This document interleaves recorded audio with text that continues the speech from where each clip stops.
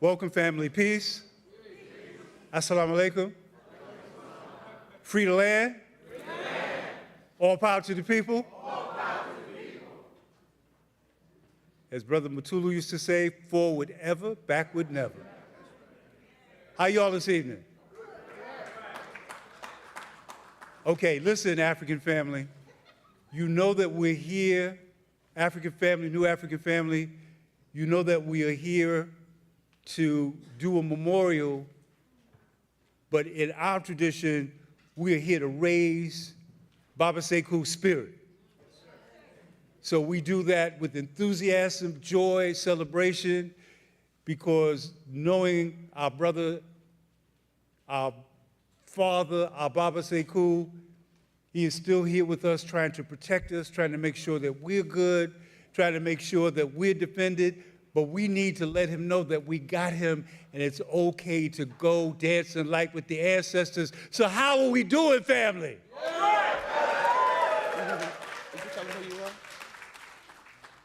I'm Brother Jamal Joseph.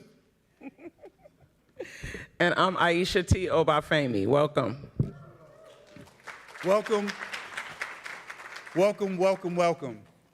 The form will be, as we're moving from different sections of speakers, and I'm speaking to our speakers as well, we will be calling people to the stage 3 at a time. So we ask that you make your way to the stage, and then you'll take turns at the podium making your remarks. We want to thank Brother Kevin Matthews and the whole Schomburg staff. I want to do that up top, not at the end. Let's give him a round of applause. There is a representative from the mosque here. He's right there. Okay. And we do have to have the house empty by 9 o'clock. All right? Not getting ready to go, but we have to do it. So we do ask that our speakers keep it to a real 3 minutes in terms of your remarks. And with that, we'll have Brother Mikhail Devout, Dr. Mikhail Devout, from the Mosque of Islamic Brotherhood with the prayer.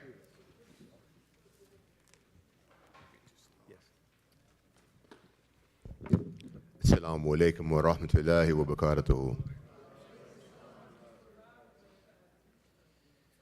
We generally begin often Muslims with the recitation of Surat al-Fatiha, and then I'll just have a few words after that.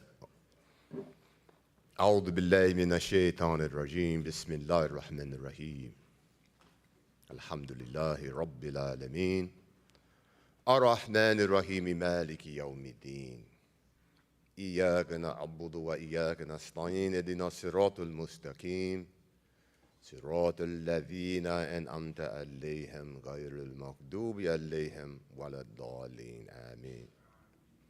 And so we began by seeking refuge in the creator of all things, Allah Ta'ala, from the cursed devil, the shaitan. Again, in the name of Allah Ta'ala, who is excessively compassionate and extremely merciful. Indeed, all the praise and the thanks belongs to Allah, who is excessively compassionate and extremely merciful, and the master of the day of judgment.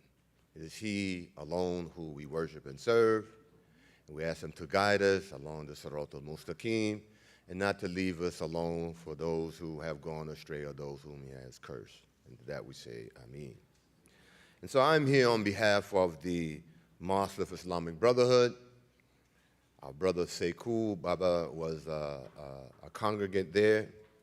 I'm representing our Imam Al-Hajj Talib Abdul Rashid. And we are forever thankful to Allah Ta'ala for this moment to honor, as we said, our brother Baba Sekou Odinga.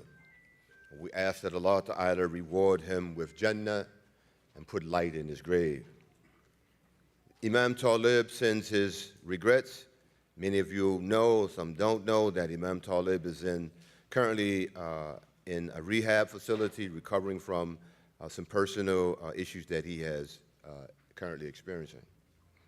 But Baba Sekou worshiped regularly at the Mosque of Islamic Brotherhood since the moment that he was released from captivity He is first and foremost our brother in faith.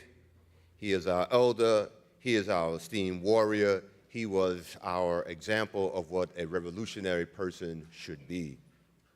I personally have had an experience with our Baba.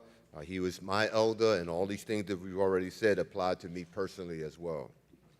But we ask Allah Ta'ala to accept our brother's life, to accept his life as an offering, to accept his life of steadfastness, to accept his life as sacrifice, to accept his life as an act of martyrdom. And so we would just close again by asking Allah Ta'ala to continue his struggle in those of us that are here, the struggle for freedom, the struggle for justice, the struggle for equality, the struggle for our people.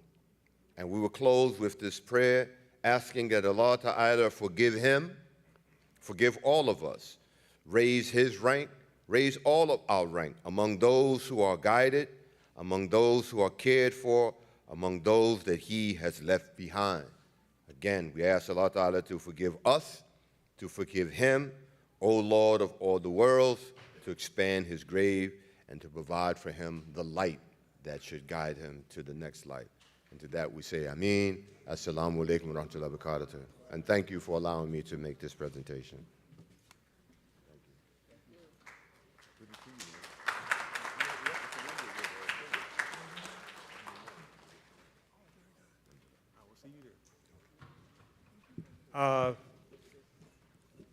Black Panther veteran sister, Aiyisha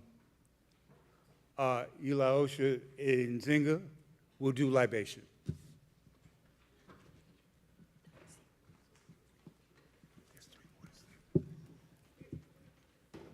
What we gonna pour to this plant here?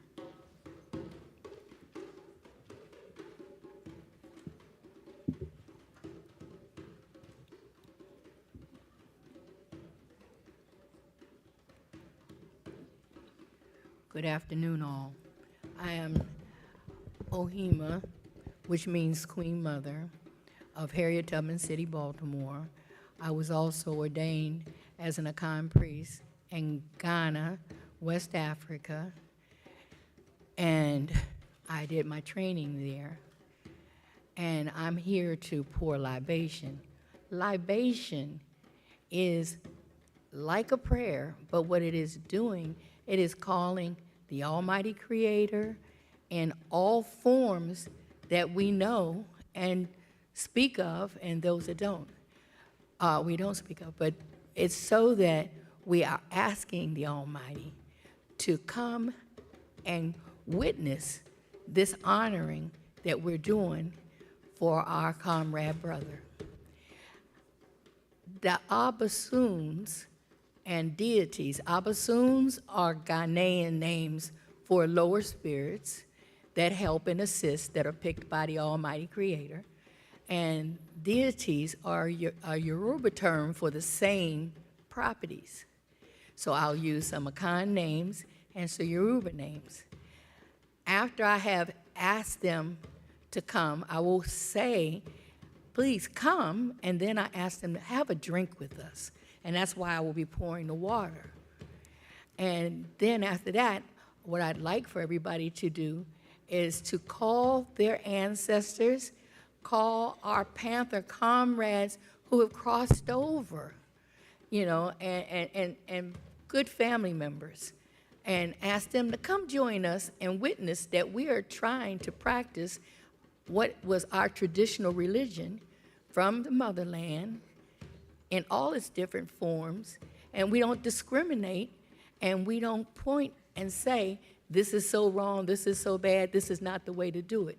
We know that however we, in our hearts and spirit, are guided to be able to communicate with the Almighty Great Creator, there's nothing wrong with that. That's how we do that.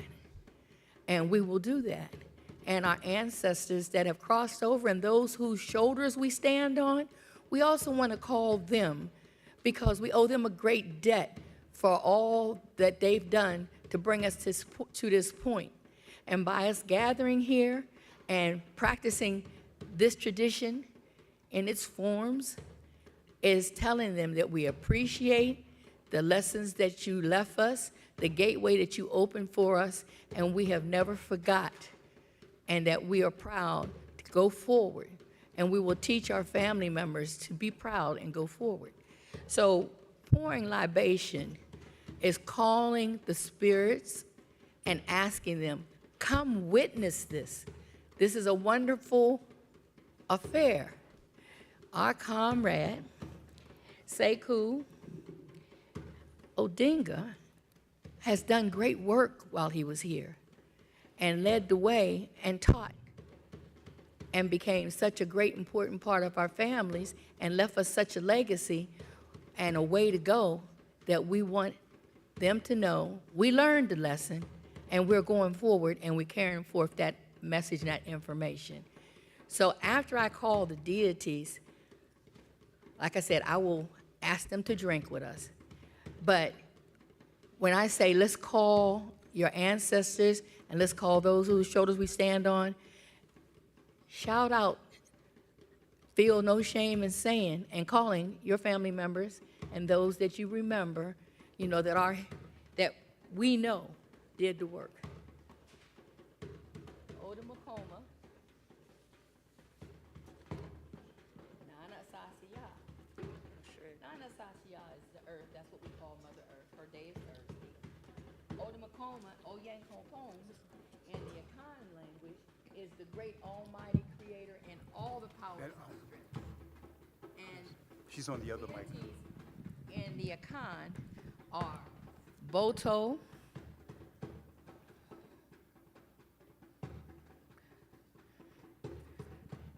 Kankambia, Mosi,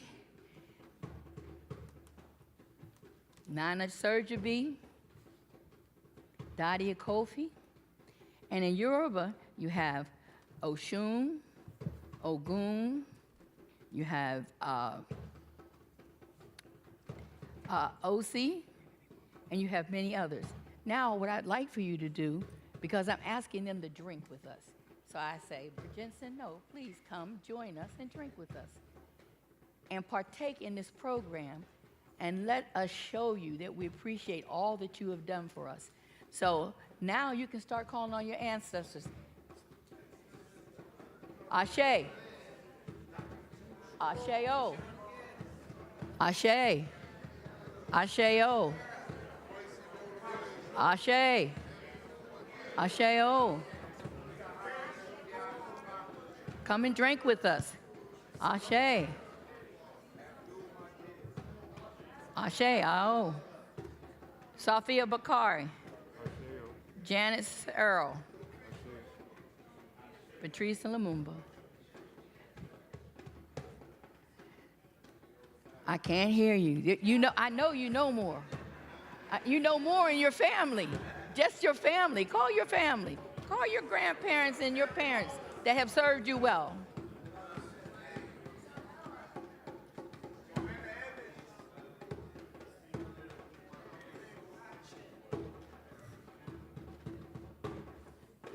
We're now coming to a close, and we're asking the Almighty to give us strength.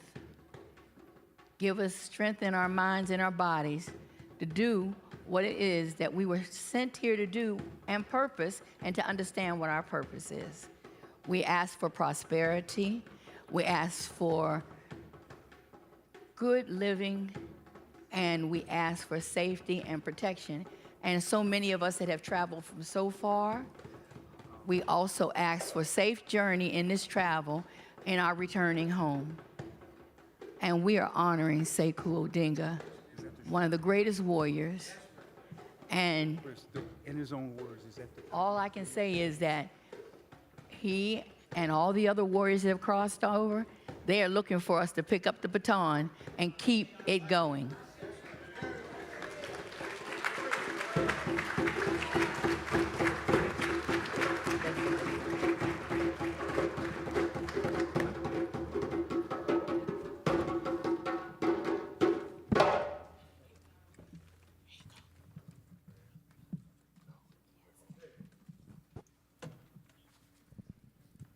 Okay, now we will have the Jaguar Warrior Dance performed by my brother, Chief Koichito Shakur Pushmataha Kofi Suniali.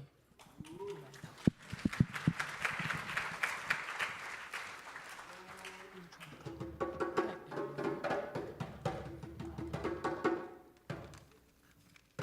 wait till the kids come up.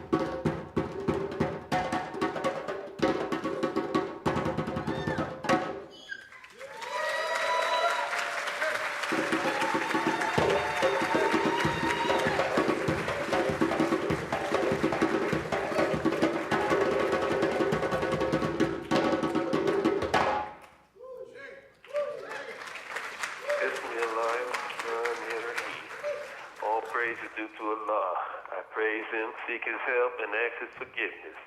I bear witness that there is no God but Allah. He alone deserves worship. And I bear witness that Muhammad ibn Abdullah is his last prophet and slave servant. Assalamu alaikum. Peace, free the land. My name is Sekou Mgobozi Abdullah Odinga. I am a Muslim, New African prisoner of war, and I am extremely honored by this work of art in support of me and all political prisoners. I'm really thankful to all of you who have taken part in making this CD, alhamdulillah, particularly those who work tirelessly to bring together all the artists and others who have helped to make this the great success that it is. I especially want to thank the love of my life, my lovely wife, Dequi, and our brother, comrade, and friend, Norman Coward, Mogadishu, whose idea and hard work this CD brings from. Someone asked me, what war was I a prisoner of war from? My answer is the War of African Survival that began when the first African was captured and kidnapped from the shores of Africa to be free or cheap labor for Europeans. The war that became a war of national liberation for New African people, a struggle for land and independence. The Chinese leader Chairman Mao once said that politics was war without bloodshed, and that war was politics with bloodshed. Well, the politics of slavery always had bloodshed. Slavery survived as long as it did, mainly because of bloodshed. The blood of the New African slaves. So that is the war I was a soldier in. But most of our people did not and do not want war. Nor was we or are we ready for war, even though war has continued to be waged upon us since that first African was kidnapped. I think what we first need is a cultural revolution. One of the criteria for a successful war of national liberation is unity. As a people, we are not unified. A cultural revolution should teach us who we are as a people and unify us around the concept that we are a people, a captive nation of people. Once unified, we can then decide if we want to be free and independent nation of people, or if we want to continue to struggle to be part of our captive nation, the U.S. Ultimately, I believe that for us to survive racist America, we will have to become an independent nation governed by New African people. Again, let me thank everyone who made this CD what it is. I love you. Free the land.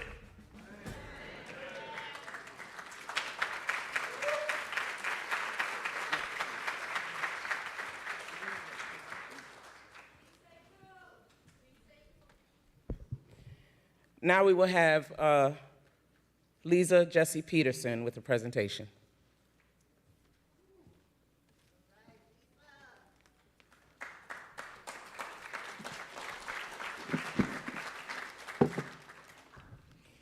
Peace and blessings, family.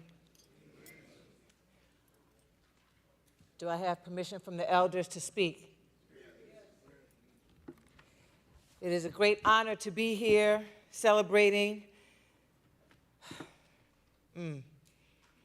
Baba Sekou. And I first met Baba Sekou, it was not too long after he came home, and his beautiful wife brought him to see my one-woman show, The Peculiar Patriot, up at the National Black Theater in Harlem.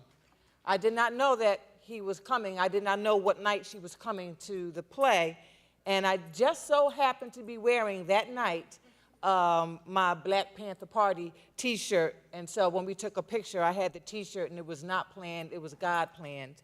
And then after that, Sekou and his wife came to a very small gathering in Brooklyn to see 2 of my short films. It's about 40 people gathered. And then, not too long after that, he came to a screening of another short film that was at the Tribeca Film Festival, and he brought with him Baba Herman Bell and Baba Sundiata. And so Baba Sekou has always been supportive of my work. He gave me his stamp of approval, which has been the greatest validation any artist could ever ask for. So I thought it was appropriate to share this piece in tribute and honor of Baba, called Black Love Manifesto, because he loved Black people. Blue, black, brown, baby, buckshot, shorty rock, melanated Prince King, kissed by the sun, with your solar blessed skin, sculpted like a god, master crafted in my womb, first womb, ancient womb, safe and sacred womb, African fertile soil, black gold, diamond oil, mineral rich. Mama me, I, she, I, we stirred you up good, boy. You, potent, powerful, wonder, warrior of the world, you who always had the planet head nodding to your beat, got the globe axis leaning and tilted like your hat. Call it black swag, black cool, cat daddy funky blues, rock jazz juke joint, sugar shack sanctified, negroid crunk type of, stank funk type of, monster 808 on the microphone check, 1 2 1 2 type of, boom to the bap, the boom bap. Soulful genius encoded in your DNA, divine nappy archives coiled in your hair. The creator's rhythm love child and natural heir to planet rock as poetry somersaults out your mouth. Your slang is slung around the world. What you say, how you say it. What you wear, how you wear it.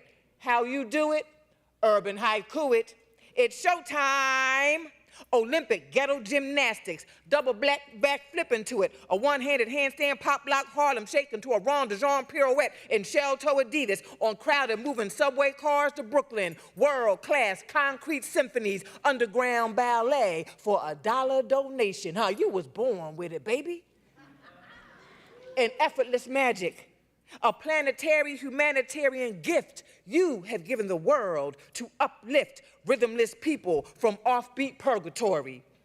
You who have been blessed with magic tones, sacred sound, cosmic frequency, and a spirit so thick its medicine healed us, carried us, lifted us, lit our path through dark days over troubled waters, became our golden guide rail we clung to while navigating grotesque madness.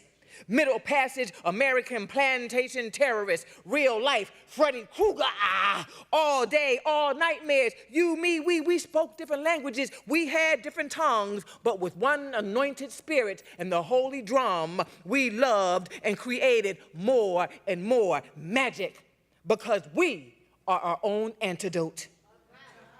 And no matter how many of them study your magic, grow more human from it, package and sell it, proclaim themselves black experts on it, critique it, define it, make millions off of it, feed their children's children from it, finally realizing the liberating power of it and pay you to poison it with a parade of your pathology, rewarding hungry, tattooed minstrels to demonize it and then do just like they did God, colonize it. Remember, baby, this is still your shit. So do like you always done did. Be bad. Not bad meaning bad, but bad meaning good. Switch your Maruji to shit. Make fertilizer. Use your secret weapon equalizer and make black love. Make black love. Make black love. Activate the magic. Love who you are and just how bad you be. And multiply. Because the children are thirsty and the soil's too dry, and we are in a state of emergency. I know your spidey senses feel this. And since you have been blessed a tremendous alchemist, turn this thing around. Ring a bell, spit rum, beat the drums, burn sage, shake a tambourine, roll a coconut, blow smoke, sprinkle herbs, boil a pot, take a bath, chant, sing, clap in the clearing. I said clap, clap, clap, clap, clap in the clearing. Catch the ancestor spirit, catch the ancestor spirit. Koran Shango, Oya, Yemenya, Obatala, Sekbet, Heteru, Heteru, Kuchira, Aten, Amara, and all of them. And then check your intentions and root it in love. Because Mama, me, I, she, I, we stirred you up good, boy. We are at war. Oh, blue, black, brown, baby buckshot, shorty rock, melanated prince king, kissed by the sun. Where do I begin to explain the fury you have faced? History books and Bibles erased you. Hollywood insults, rewrites, and defaces you. Cops, courts, and vigilantes chase you, murder you, and then blame you because you defy every lie your enemy has told about you. These European English patients who built their self-esteem on white supremacist cockamamie false facts, broken toothpicks, twisted studies, rabid research, and fantastic fibs. So how dare you have the audacity to live and survive the unsurvivable? hundreds of years of insanity, rape, murder, torture, psychic trauma, 400 years of relentless crimes against humanity. And you still shine? You still fly? You still got your magic? How? What you talking about? These jokers is just jealous, baffled by your brilliance, your soul force, resilience, and refusal to not be beat. Though a little broken, scuffed up, and tired, you have always been more powerful than your oppressor, as you should. Because mama, me, I, she, I, we stirred you up good, boy. You, mystic master of mystery, who taught the Greeks everything they know, as they sat by your feet, learning math, medicine, astronomy, mythology, philosophy, geometry, sacred masonry, and prayer, how to turn papyrus into paper and extract wisdom from trees, how nature is the greatest teacher and supplies all your needs. You built the Sphinx, temples, and colossal statues in stone that mirror your broad nose and thick lips on your face. Long before telescopes, you studied outer space, cosmic communicators with intergalactic alien life. Science fiction was a fact. New age is old age, dating back to when you built landscapes of monuments perfectly designed in accordance to the stars. Then you civilized Europe. This is who you truly are. Best believe they know it, but you forgot it. So this is why I write, to remind you of it. I must remind you, so you never forget. Your strength is biblical. So outrageous, so surreal, sometimes it seems mythical. You are the mighty phoenix soaring from the ashes of the slave, the real life in your face, resurrected God's son. Remember how you built a black Wall Street in Tulsa, Oklahoma, 1921? And in just 12 hours, it became undone, bombed by barbarians. 21 black churches, 21 black restaurants, 30 black grocery stores, 2 black movie theaters, 19 black millionaires, black private jets, black hospitals, black schools, black post office, black bus system, and 3,000 black men, women, and babies bombed by beasts, jealous American terrorists, jealous of you, hated and bombed you because they're jealous of all that you are, dared to be, and all that you have been. Because even in the face of insurmountable hate, you still came back on top again. This creates fury and bombs to be dropped on you. 300 black men, women, and babies slaughtered without a history book mention, not even a national monument for this national monstrosity. Woo, baby. This country is insane and has gone to great lengths at waging a continual campaign to destroy you, crush you, trick you, deny you, stop and frisk you, Jim Crow you, criminalize you, incarcerate you, demonize you, admire you, then ignore you, copy you, rob you, want to be just like you, dismiss you and use you, and never say thank you. This is an unnatural and deadly place for you. So while you break dance between bullets, giggle at jackals glaring from squad cars, play hide and seek with prison bounty hunters, trick or treat with terrorists, play your music real loud and run to the store for iced tea and Skittles, jaywalk back to grandma's house, sell loose cigarettes and DVDs, drive with a broken tail light, reach for your ID, shop for a toy gun, and play with it in the park. We mothers pray. We pray. Harriet Tubman, please make him invisible prayer. Because even though I'm afraid, I don't want you to be scared. So I pray. A hair of lamb's wool, burnt bronze, black Jesus, fish frying, walking on water, water to wine, multiplying, crucifixion, resurrection, miracle, prayer for you, because this has been and still is a deadly place for you. And where do I begin explaining the fury you will continue to face? There's so many layers for me to explain, baby.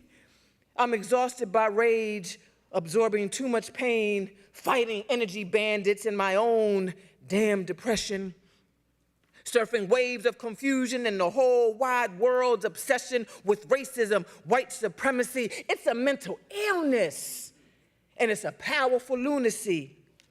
So remember your magic, warrior. I said, remember your magic, warrior. Salute your battle scars and shine, warrior. Conjure your genetic memory. Conjure your genetic memory. Honor the ancestors and expect miracles, because we are our own antidote. And remember this, beloved, there will always be hateful riptides. But if it's one thing I know, shit, we know how to survive. Just like we did it before, we'll do it again with love. Demonstrate love. Demonstrate love. We have Brother Mumia from prison, and he only has 3 more minutes. And this is Brother Mumia, demonstrating love. Okay, Barbara, I'm getting ready to put it. I'm getting ready to put the whole, put it down, okay? Okay. It's here.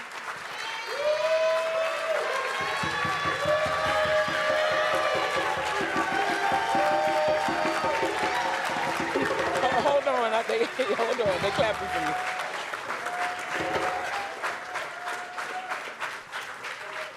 He has about 4 minutes, y'all. Go ahead, Barbara. Dear brothers, dear sisters, dear comrades, thank you for inviting me. I have a rather brief statement in support of the memory of Sekou Odinga, soldier for black freedom. My name is Mumia Abu Jamal. His name was Sekou Odinga, a lifelong soldier for black liberation. When there arose a black freedom movement, he never hesitated to join in and add his energies to the struggle. 2020 book, Black Power Afterlives, Sekou and his partner, Dequi Kioni-Sadiki, wrote a moving self-history that gives us insights into these lives and freedom struggles. Sekou Odinga wrote, I was a member of the Black Panther Party for Self-Defense, a Black Liberation Army soldier, and for 33 years, a U.S.-held political prisoner of war. Most of my adult life has been spent in the struggle for black self-determination, black revolutionary politics, and black liberation. As such, my life speaks to the oft-heard expression, oppression breeds resistance, and resistance breeds repression. My political consciousness began when I was a youthful offender at Comstock Correctional Facility in upstate New York with a good friend and close comrade, Lumumba Shakur. Lumumba's father, Haji Salahuddin Shakur, would send his son reading materials on Malcolm X, his teachings, nationalist politics, the struggle for land and independence, and, most pointedly, the human right that black people must exercise to arm and defend themselves against violence, state or private. Lumumba would show these materials and share them with me and offer, and after serving a 3-year sentence, I was back on the street and seeking the Malcolm that had inspired me in prison. The words of Sekou Odinga in Black Power Afterlives, published by Haymarket Books. Odinga would join the Organization of Afro-American Unity, or the OAAU, led by Malcolm. But shortly thereafter, Malcolm would be assassinated. Odinga would lead the OAAU. In 1960, a delegation from Oakland, California, called the Black Panther Party, You have 1 minute left. York, to seek recruits. Odinga and Lumumba Shakur joined immediately. The rest was history. In November 2014, Odinga made parole, and he and Dequi fought for black freedom for a decade. Sekou Odinga, 79, returned to the ancestors. With love, not fear, this is your brother, Mumia Abu Jamal. Thank you. Thank you. We love you. You hear that?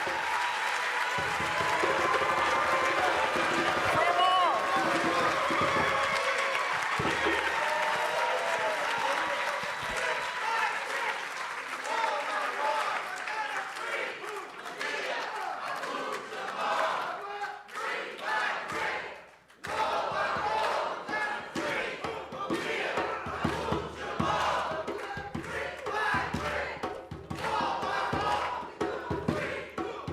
Scouts, no? Yes. Go ahead.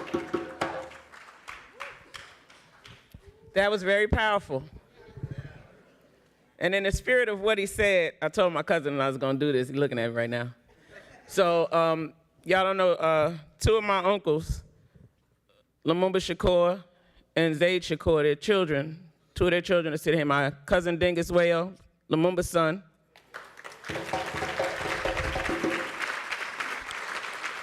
My cousin Saniqua, Uncle Zaid's daughter.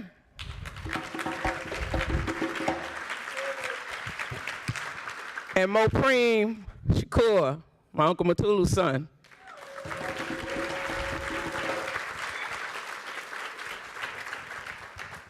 Now we will have the flag presentation from the New African Scouts.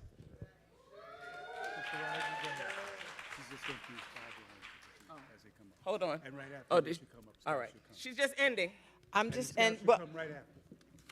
and how divine when I was saying the line, demonstrate love, and love just blessed us with, woo, Mamiya. Demonstrate love. I love you, wounded warrior. My beloved, beautiful sunflower, dandelion, lilac, lotus, blade of grass, refusing defeat, growing between the cracks of concrete because you always find the light. You always find the light. You are the light. My blue, black, brown, baby, buckshot, shorty rock, melanated prince king, kissed by the sun and sculpted like a god. Thank you, thank you, thank you.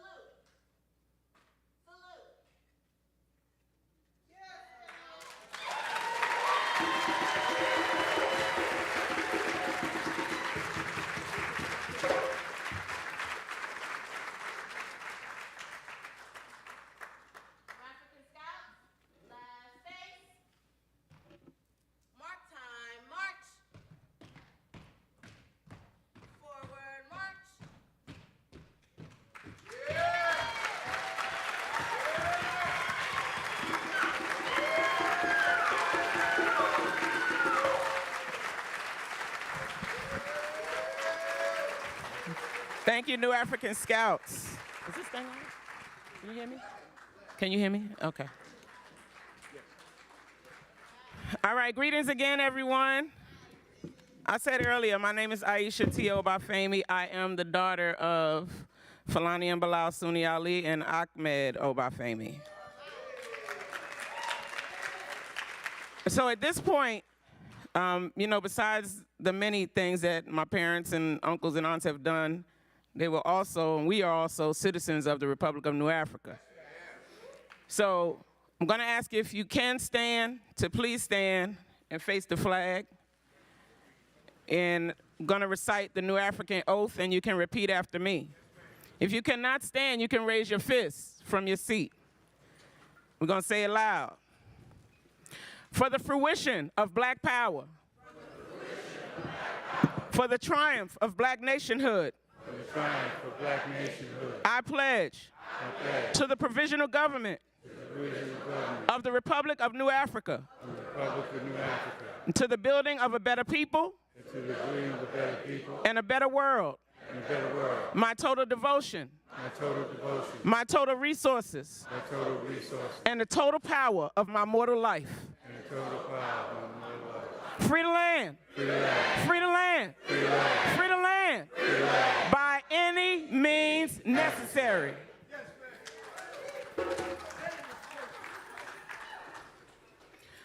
Now I'm going to call my family up. Kikuyu Shakur. Come on, y'all. I said Kikuyu Shakur.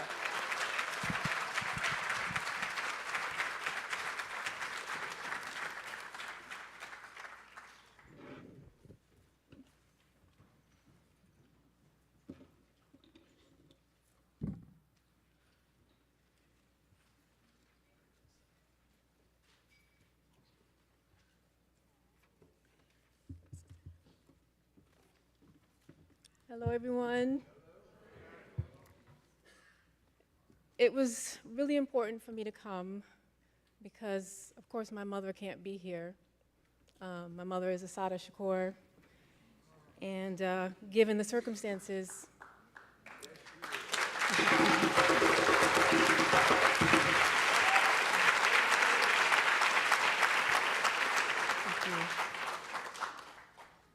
it was important for me and my family. I have two of my children, my oldest son, Jata Mobili Coleman, and my daughter, Savannah Gail Assata Shakur Coleman is here as well. And we just wanted to send our love to Sekou Odinga's family.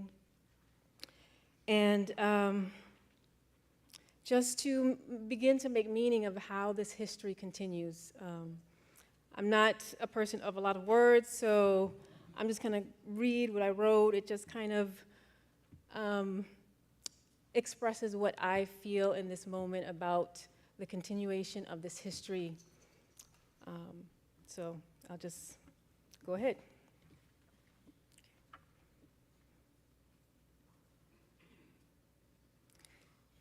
This story doesn't end at the pummeled edge of the hunted body, or at the seamless sink of silver-studded moon dust slipping through it when nothing is left but ashen whispers clinging to barren bones. This story isn't meant to die, isn't bound by molecules, doesn't stick to a needled tongue spewing a toxic spittle of lies corroding the substance of who you are and who they've never been. This story doesn't rip on the steel blade of a cinder block death, a modern-day auction block death, in a rabbit cage in a prison cell steeped in the unholy metal dirge of barrels locked and loaded, of triggers still as hawks before the fevered feast, before the dive of feathers, before the timeless pain that ricochets between the brick and mortar, of the faceless void that chains the spirit that can't be shattered by their guns. This story doesn't cower from the daggered womb that conceived America in its sinful loins. It's not the same old story never told, not the hushed smell of tears still draped in summer's rain, splashing on the memory of how they killed the spirit buffalo, of how they danced and made merry in the mire of her sacred blood, starved the people to steal the land, bent the will to bind the spirit, enslaved the sovereign body, squeezed the liquid gold from their conquered blood. Can you hear it? The heart still drumming in sacred tongues, the memories that always claw back like hunger, moaning in the haunt of mourning. Come, tell your heaven-spawned, your sons and your daughters, that we are still the rebel magic at the earth's kindled core.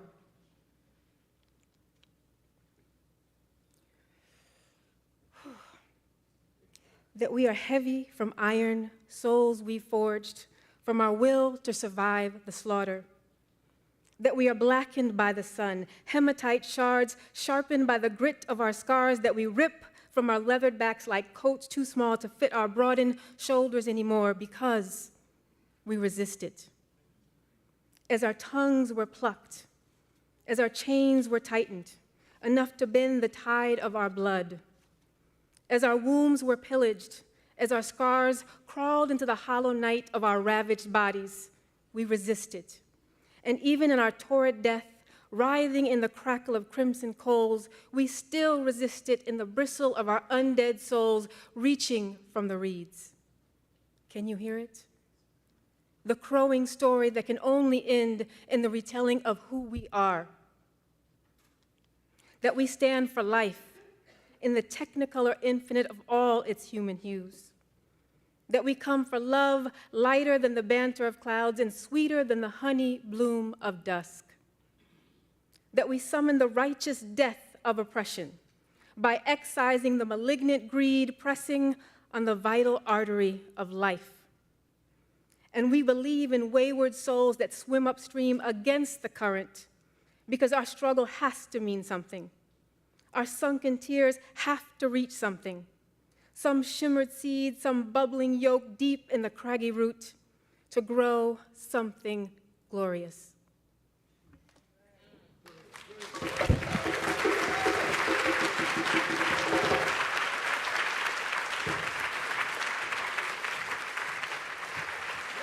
Yes. Come on.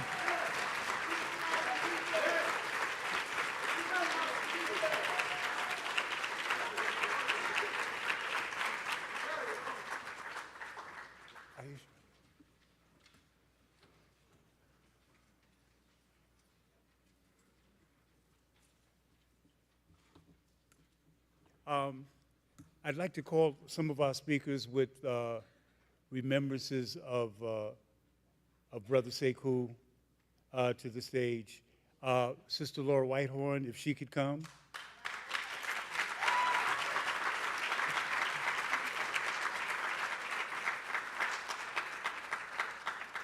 Sister Nancy Mansour, if she could come.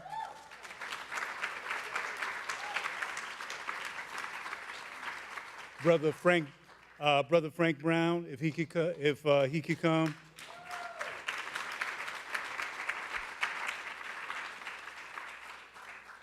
And Brother Jihad Abdul Mumit.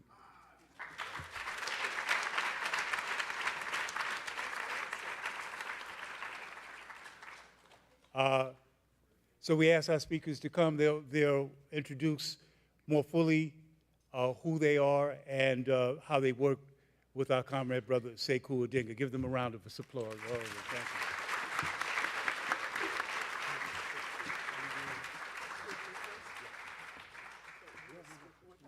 you. No, I'm yielding some time because of time. Okay. No, okay, so I'll be fast. I am beyond honored to be standing here. I'm standing here for a number of people, including Susan Rosenberg, my co-defendant, who's right down there, and our co-defendants, comrades Marilyn Buck and Alan Berkman. And we were part of, I was thinking while I was listening to the program, we were moved, we were inspired by Sekou and others in that moment when the Black movement produced the Black Panther Party, the Republic of New Africa. But then in terms of the Weather Underground, which I know somehow I'm supposed to talk about, which was a generation of white people who proclaimed ourselves anti-imperialists and in solidarity with the Black liberation movement, we had to be inspired twice, because there was a moment when the Panther 21 had to send out a letter criticizing the Weather Underground for stopping following in the militant path of armed struggle to support Black liberation. And when I was privileged to be part of the care circle for Sekou, and it was after October 7th, so he and I spent, as I know others did with him, and Nancy will talk about this, a lot of time talking about the movement in solidarity with Palestine. And we walked back and we thought about how back in the 70s there was a moment when there were white people who stood in solidarity with the Black struggle because we understood that we were moved by anti-racism, but we were inspired by the struggle for national liberation of the Black nation, and that meant by any means necessary, and that those words mean something, and that is happening also right now in the movement to free Palestine, where people are being moved either to fight against genocide, which is great, or to fight in support of Palestinian resistance. So I was also asked by Dequi to talk a little bit about RAP, Release Aging People in Prison, and the reason I think is because Dequi and Sekou and Sophia Elijah and my late comrades Mujahid Fareed and Kathy Boudin built Release Aging People in Prison as part of a struggle to free political prisoners in New York State and to end the racist structures of mass incarceration at the same time. And so we were born a little before the Northeast Political Prisoner Coalition because we were trying to be kind of two wings of one bird and fight on all levels. I just want to, because I want to be short, I mean, I can't help being short, but I want to speak short. I want to say a couple of things about Sekou and Dequi, because Dequi was a fighter before she was a partner of Sekou. And we can never forget that because,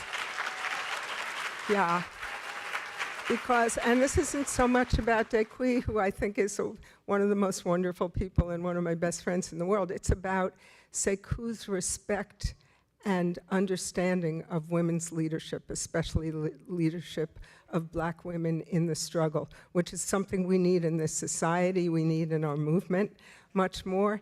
And so he talked some about the group of people who worked with him to free Sister Assata Shakur, and how he knew that women were warriors and were willing to fight and sacrifice, and also would not snitch if there were a problem in the end, and that turned out to be true.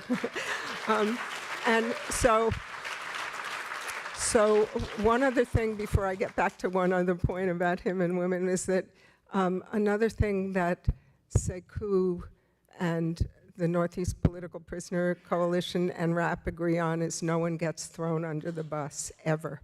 That there are no exclusions from the right to justice, there are no exclusions from the right to liberation, and there are no exclusions from our movement. And he exemplified that, Sekou exemplified that in reaching out to everyone.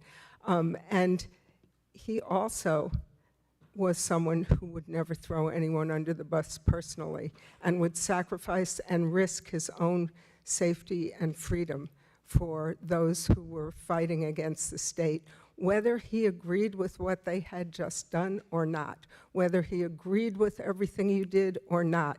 If you were going down, he was going to make sure you didn't go down. And I think that's another thing about Sekou that we don't think about enough, that to me is one of his key points. And the last thing I want to say, just coming back to women. So in those days when we sat around in his hospital room and talked, we talked about basketball because we were both basketball fans. Knicks fans, not Nets fans, to those in the audience who I know who are confused on this point. And I also said to him one day, you know, one thing that really kind of makes me mad is how so many men I know know all the Knicks and the Pacers and don't know anything about the WNBA. He said that's just because they don't really appreciate basketball. And then he went on to talk about the history of the WNBA, and we named our favorite players, coming to a resting point on the greatest of all time, Teresa Weatherspoon. So a man of our generation who knows, this is before that Caitlin Clark stuff and all, now this whole, he understood the power of women, and he understood that because he honored the women in his life, and he learned from them, and we learned from him. And there's no way to say how much we're going to miss him. So thank you so much. Love to the family, love to this amazing community that brings us in and allows us to be part of these rites of passage. I love you. Free the land, free Palestine.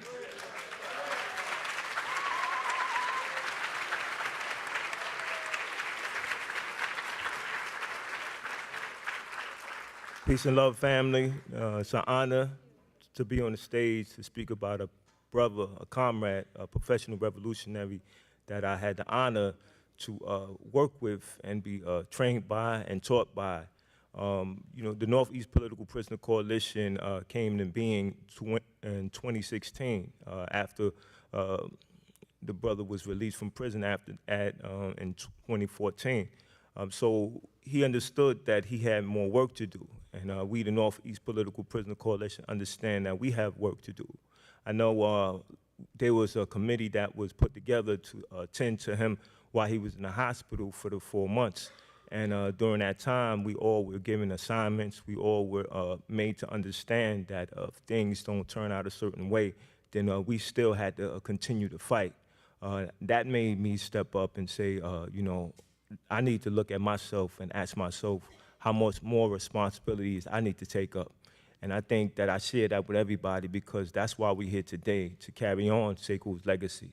Let us be inspired by the release of political prisoner Veronica Bowers, so that should inspire us to do more work. He didn't die in prison. So at this moment, I just want the Northeast Political Prisoner Coalition to stand up, please.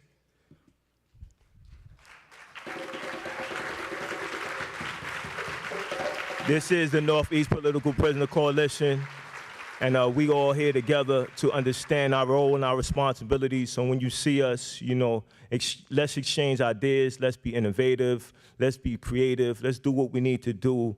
And another thing I want to say is I thank the December 12th movement extremely, tremendously for allowing me and my comrade, Abdul Haq Islam, to produce our podcast. And that is something that's very important for us to do because we have to be continuous with our discussions on political prisoners, and we have to make sure that they are engaged in our everyday struggles because when we do that, then they become real, right? We can't let people tell us that these are criminals, these are terrorists, and they deserve to die in prison. These are captured freedom fighters, and we got to act like that, So we all possess, free them all. We all possess various talents. I say if you're artists, do artwork on political prisoners. If you're a musician, write music on political prisoners. Whatever you can do, do it. Teach your children. Don't be afraid to let your children know that there are people sacrificing, because that's what Sekou Odinga's life was about, commitment and sacrifice. So when we say be Sekou, that's exactly what it means. You got to be it in theory and practice. So what's the call? What's the call? What's the call? Be Sekou.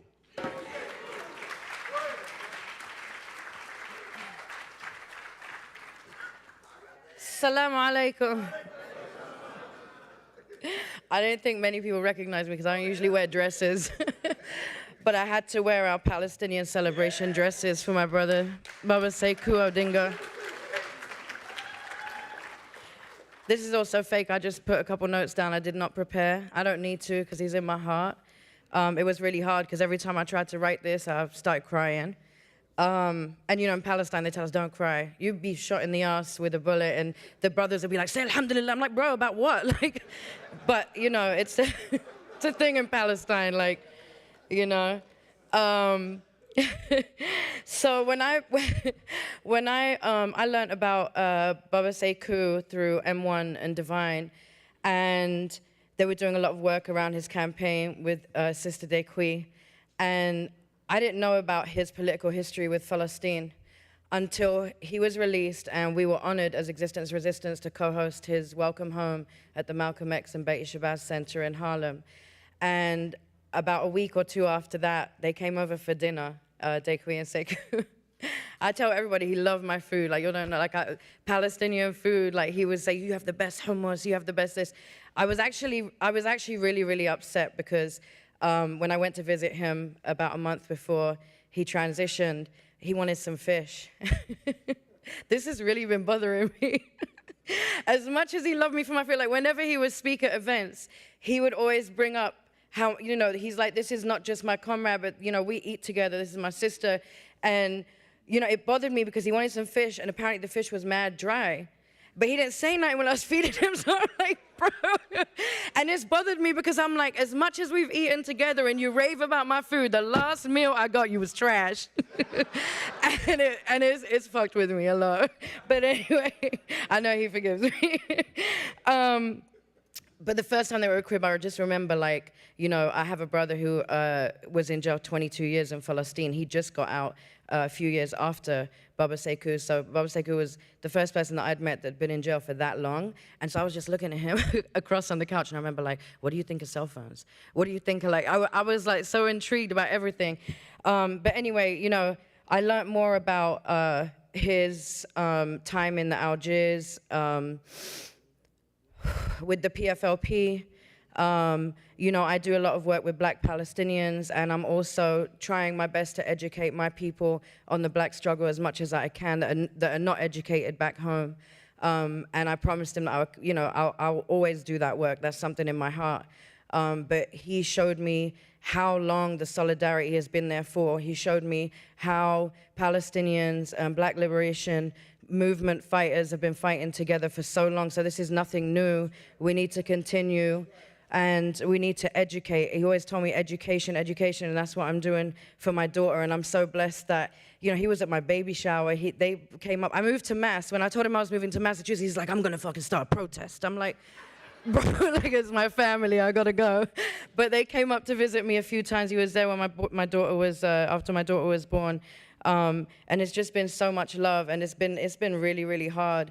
You know, this is life, right? Like, it's hard because I went to Gaza a couple months ago, and I haven't been able to talk about it yet, and I really wanted to talk to him. Because, you know, he'd be the person that I call and be like, "Fuck these motherfuckers." and he'd be like, "These devils," you know, like, but it was like, he was that, you know, like, he was, first of all, the voice of reason, but also that person that I didn't have to say nothing, like, he just understood, you know what I'm saying? I know there's many people like that, but you know how there's people in your life that just understand, and they're in the struggle, and he's somebody that gave his life for his people, and we fucking respect that in Palestine, because that's what all my brothers and sisters are doing in Palestine. We fear nothing but God. And when you really believe in something,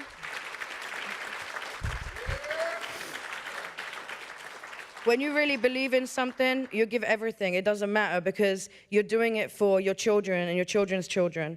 And I always also, you know, I'm happy that every time Baba Sekou showed up for every event I had, unless he was in another state, that's the only reason. He'd be getting on stage and he'd pick up my call. Like, that's how much love I felt from Baba Sekou.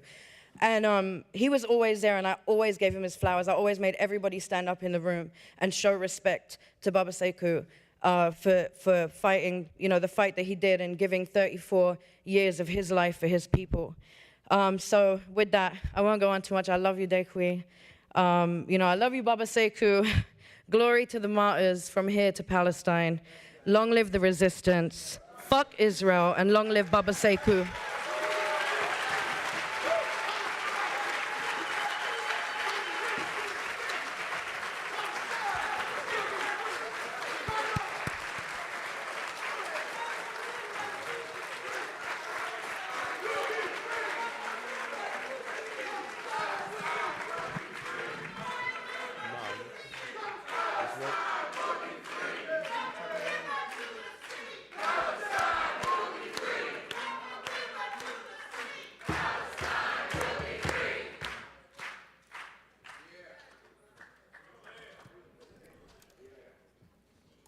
Assalamu alaikum. Bismillahir Rahmanir Rahim. In the name of Allah, most gracious, most merciful. My name is Jihad Abdul Mumit. I guess I can come up here and be many things. But tonight, I'm going to represent Sekou Odinga as a Black Liberation Army member and a combatant.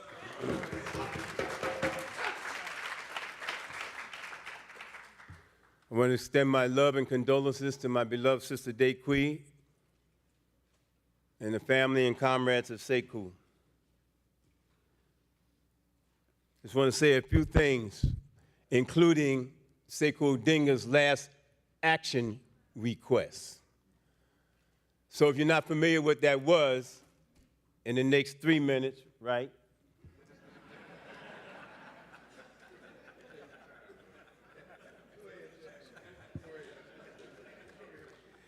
In the next few minutes, I'm going to make sure that we all know what it is so that you can factor yourself in that action plan, because we are here to celebrate, represent, and carry on the legacy of Comrade Sekou Odinga. I want the Black Panthers and the Black Liberation Army members to stand. Jalil, Ashanti, Shep, Bullwhip, Bilal Sunni Ali, Dr. Coke, there's all these old folks up there. All them old folks in the front row there. Jamal Joseph.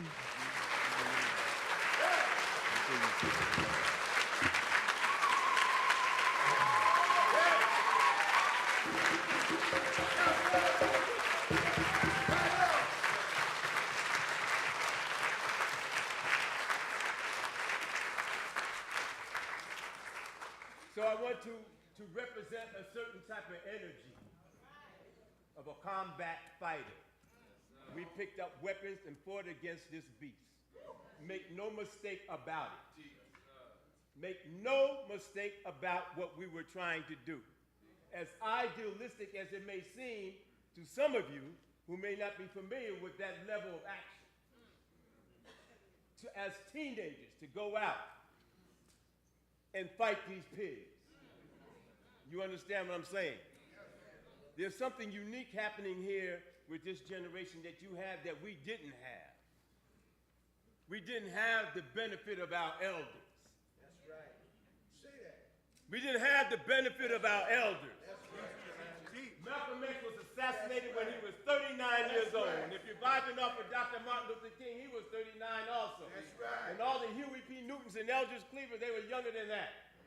And our youngest martyr was Bobby Hutton. That's right. And he was a teenager. You have the benefit of learning from some, well, my beard is really gray, but the dark and lovely joint kicking in like a mother flexor. I guess if I took my teeth out, you probably really knew it. You say that joker ain't nothing. But actually, this joker is something. This joker is a kick-ass motherfucker. You understand what I'm saying? And you're looking at it right now, but one day, there won't be a Jalil. One day, it won't be a Tariq. One day, it won't be a Bilal Sunni Ali. One day, it won't be a Shanti Austin. One day, it won't be a Jamal Joseph. We're dying. You can see it. We just had another memorial early this morning. Get your lessons while you can. Shep is almost out of here. He's asleep now. Wake up, Shep.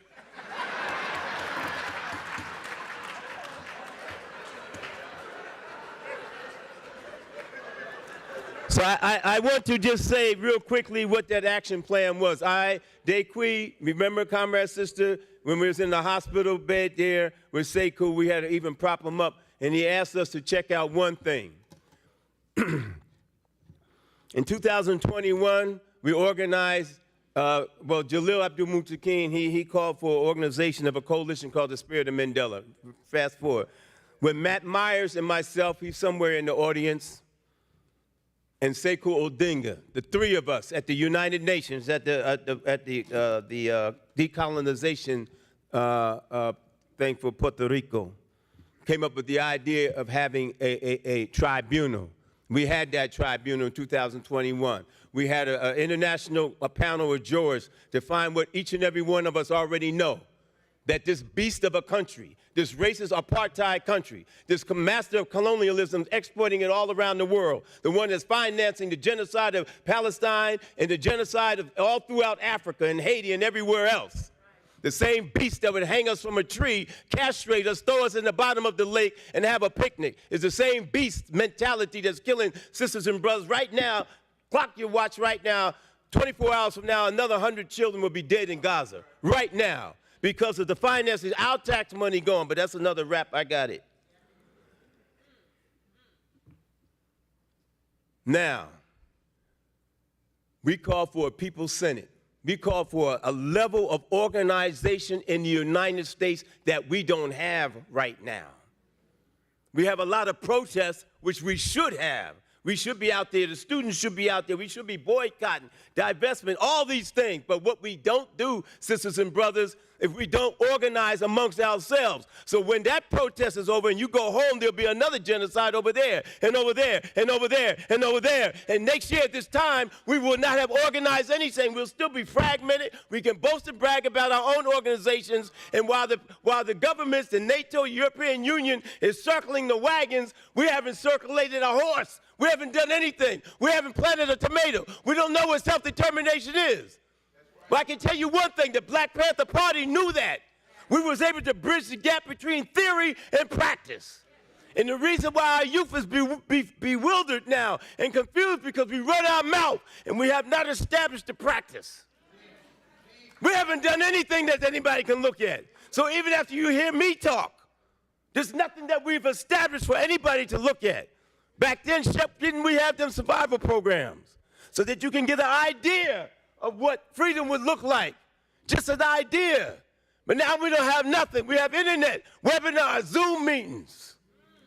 Sekou Odinga was a master at theory and practice. He established the international chapter of the Black Panther Party at Algiers. I just left Tanzania and saw Pete O'Neill and his beautiful wife, Charlotte. They have a 3.5-acre compound, just got 6 more acres. Theory and practice. Theory and practice. Get with the program. Get with the program. Otherwise, it's going to be a sham. You see that? Black Liberation Army. You see that? Yes, sir. Now, the last thing I want to say, the conditions have changed. But the principles haven't. That's right. You youngsters are going to have to figure it out. But what we can pass on is strength, discipline, morality, faith in Allah. This man was a Muslim. Malcolm X was a Muslim. Muhammad Ali is a Muslim. Mansa Musa is a Muslim. Recognize it for what it is, and don't play yourself. Recognize it for what it is. Don't play with your ideology. Don't play with your faith. If you really respect this man, you better check out what he did and what he believed in.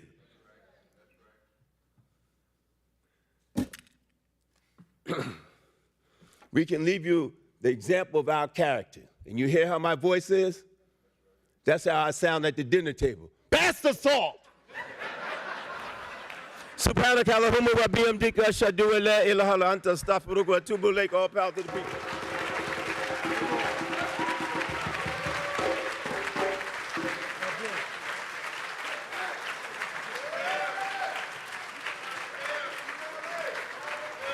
Come on.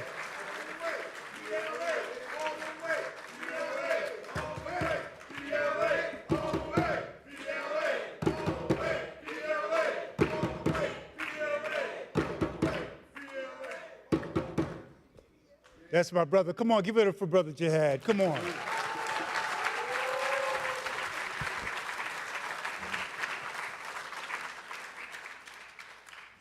Brother Jihad is actually the reason I'm in theater. Because he did theater at Leavenworth prison camp. No, we weren't at the camp. And we went at the No, we camp. weren't at the camp. No, I said camp as in concentration camp. Okay, it was good. All right? I didn't mean camp as in, y'all who know the federal system as in Allenwood or one of those camps. But as Jihad was leaving and I was coming in, he actually charged me to continue that work. And so I started writing. This brother, BLA veteran, Black Panther veteran, Brother Abdul Shakur, was in that program with us. And I just like our brothers just to stand together because there's some intersection. There are members of the Panther 21 in the audience, right? Brother Shabba you're here? Is Brother Sundiata here?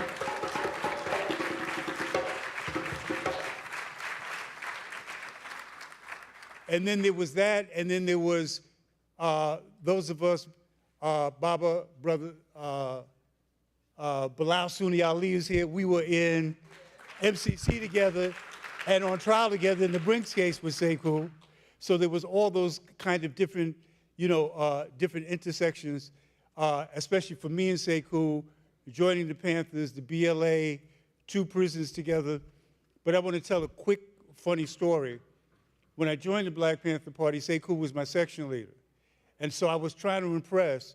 So some guy in the projects knew some guy in the projects that said that he had, that he could get a silencer, right? So I came to a meeting and I wanted to impress Sekou. And I said, Brother Sekou, I know a brother who knows a brother that has a silencer. Now I want to put this in context. I was 15 years old. So if we could think, even our veterans who were in the room, that if someone who was 15 years old came to you saying that they could get a silencer, what we might advise them. But Sekou was Sekou. And what he said to me was, well, go get it and we'll put it to the test.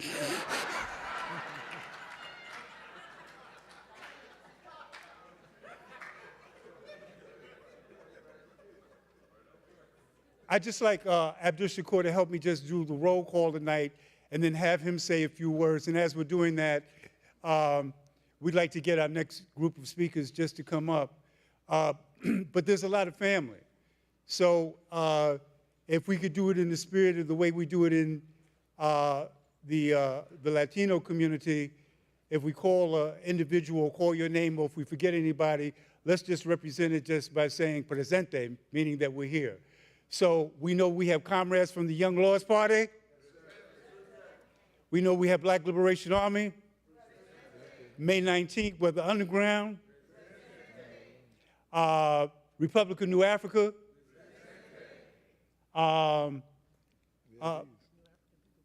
New African People's Organization, NAPO. We have from the program, Existence is Resistance. Alhamdulillah, Palestinian Solidarity. The Northeast Political Prisoner Coalition, the Malcolm X Grassroots Movement. And we just had Jihad up here with the Spirit of Mandela, but he's going to holler anyway. Spirit of Mandela. Alhamdulillah. And some individuals shine. Brother Watani's in the house? May the Lord, where's Watani? Come on, Watani, stand up, brother. Presente, Watani. Come on. Can we get Brother Lumumba and Sister Monifa to come to the stage? All right. We'll hold her down until she gets back. Right. Yes. As they're coming up, just a quick shout out to the Baba Sekou Collective Community Care. Those folks that were there during his last 4 and 5 months, 24/7. For those folks that were there, Abdul Rahim, Anochi Odinga, Antonia Colden, Akil, Muhammad, Abdul Rahim, Asha Mendele, Dr. Barbara Zella, Bob Boyle, Corey Anderson, Eli Odinga, Frank Brown, Jose Hamza Saldana, Ismatu Gwendolyn, Jasiri Fahele Kukusinda Nikayama, Laura Whitehorn, Lumumba Bendela, Monifa Bendela, Mustafa Enandusu, Norman Mogadishu Coward, Natasha Roberts, Naeem Adams, Sabir Ambrose, Saeed Abdul Shakur, Sekou Shakur, Shuaib Abdul Rahim, Sophia Elijah, Susan Rosenberg, Susan Day, Yah Santaway, and Zinga, and Zaina Martin. We like to give them all a round of applause. All of a round of applause. Okay. They were there. Listen, do this. Can we have all our Cubs, Panther Cubs, Movement Cubs, have you just stand up for a second? All the Cubs, all the Movement Cubs, just stand up. Come on now.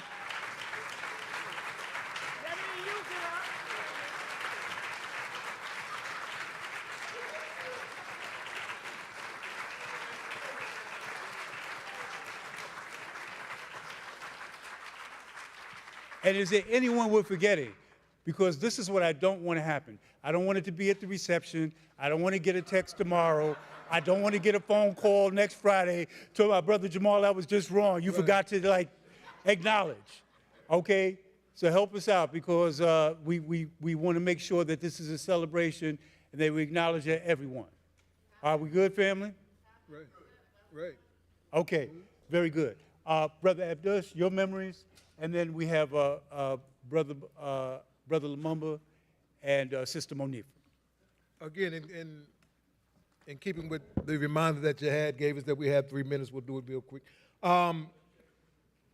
So far as memories of Sekou, Sekou and I did his last 2 trips together, one to Philadelphia and one to South Carolina that ended up in Mississippi, which, yeah, that's what I'm saying. We started in, we're supposed to be having 2 or 3 days in South Carolina, and somehow or another, we got talked into Alabama and Mississippi, so we made the trip across Georgia, Alabama, Mississippi, South Carolina, Georgia, Alabama, Mississippi, and came back. He later said, after we returned, that of all the trips in his life, and it meant a lot to me when he said it, and I really didn't understand it then, but he said that this was the best trip that he'd ever taken in his life. And I'm thinking, wow, after 79 years. And in terms of when you talk about Sekou in his life, you're talking about trips to Cuba. And y'all know he went to Cuba, right, on his own. This one when the United States didn't have planes flying back and forth to Cuba. He went to Cuba on his own because he took a plane. No, he took a plane.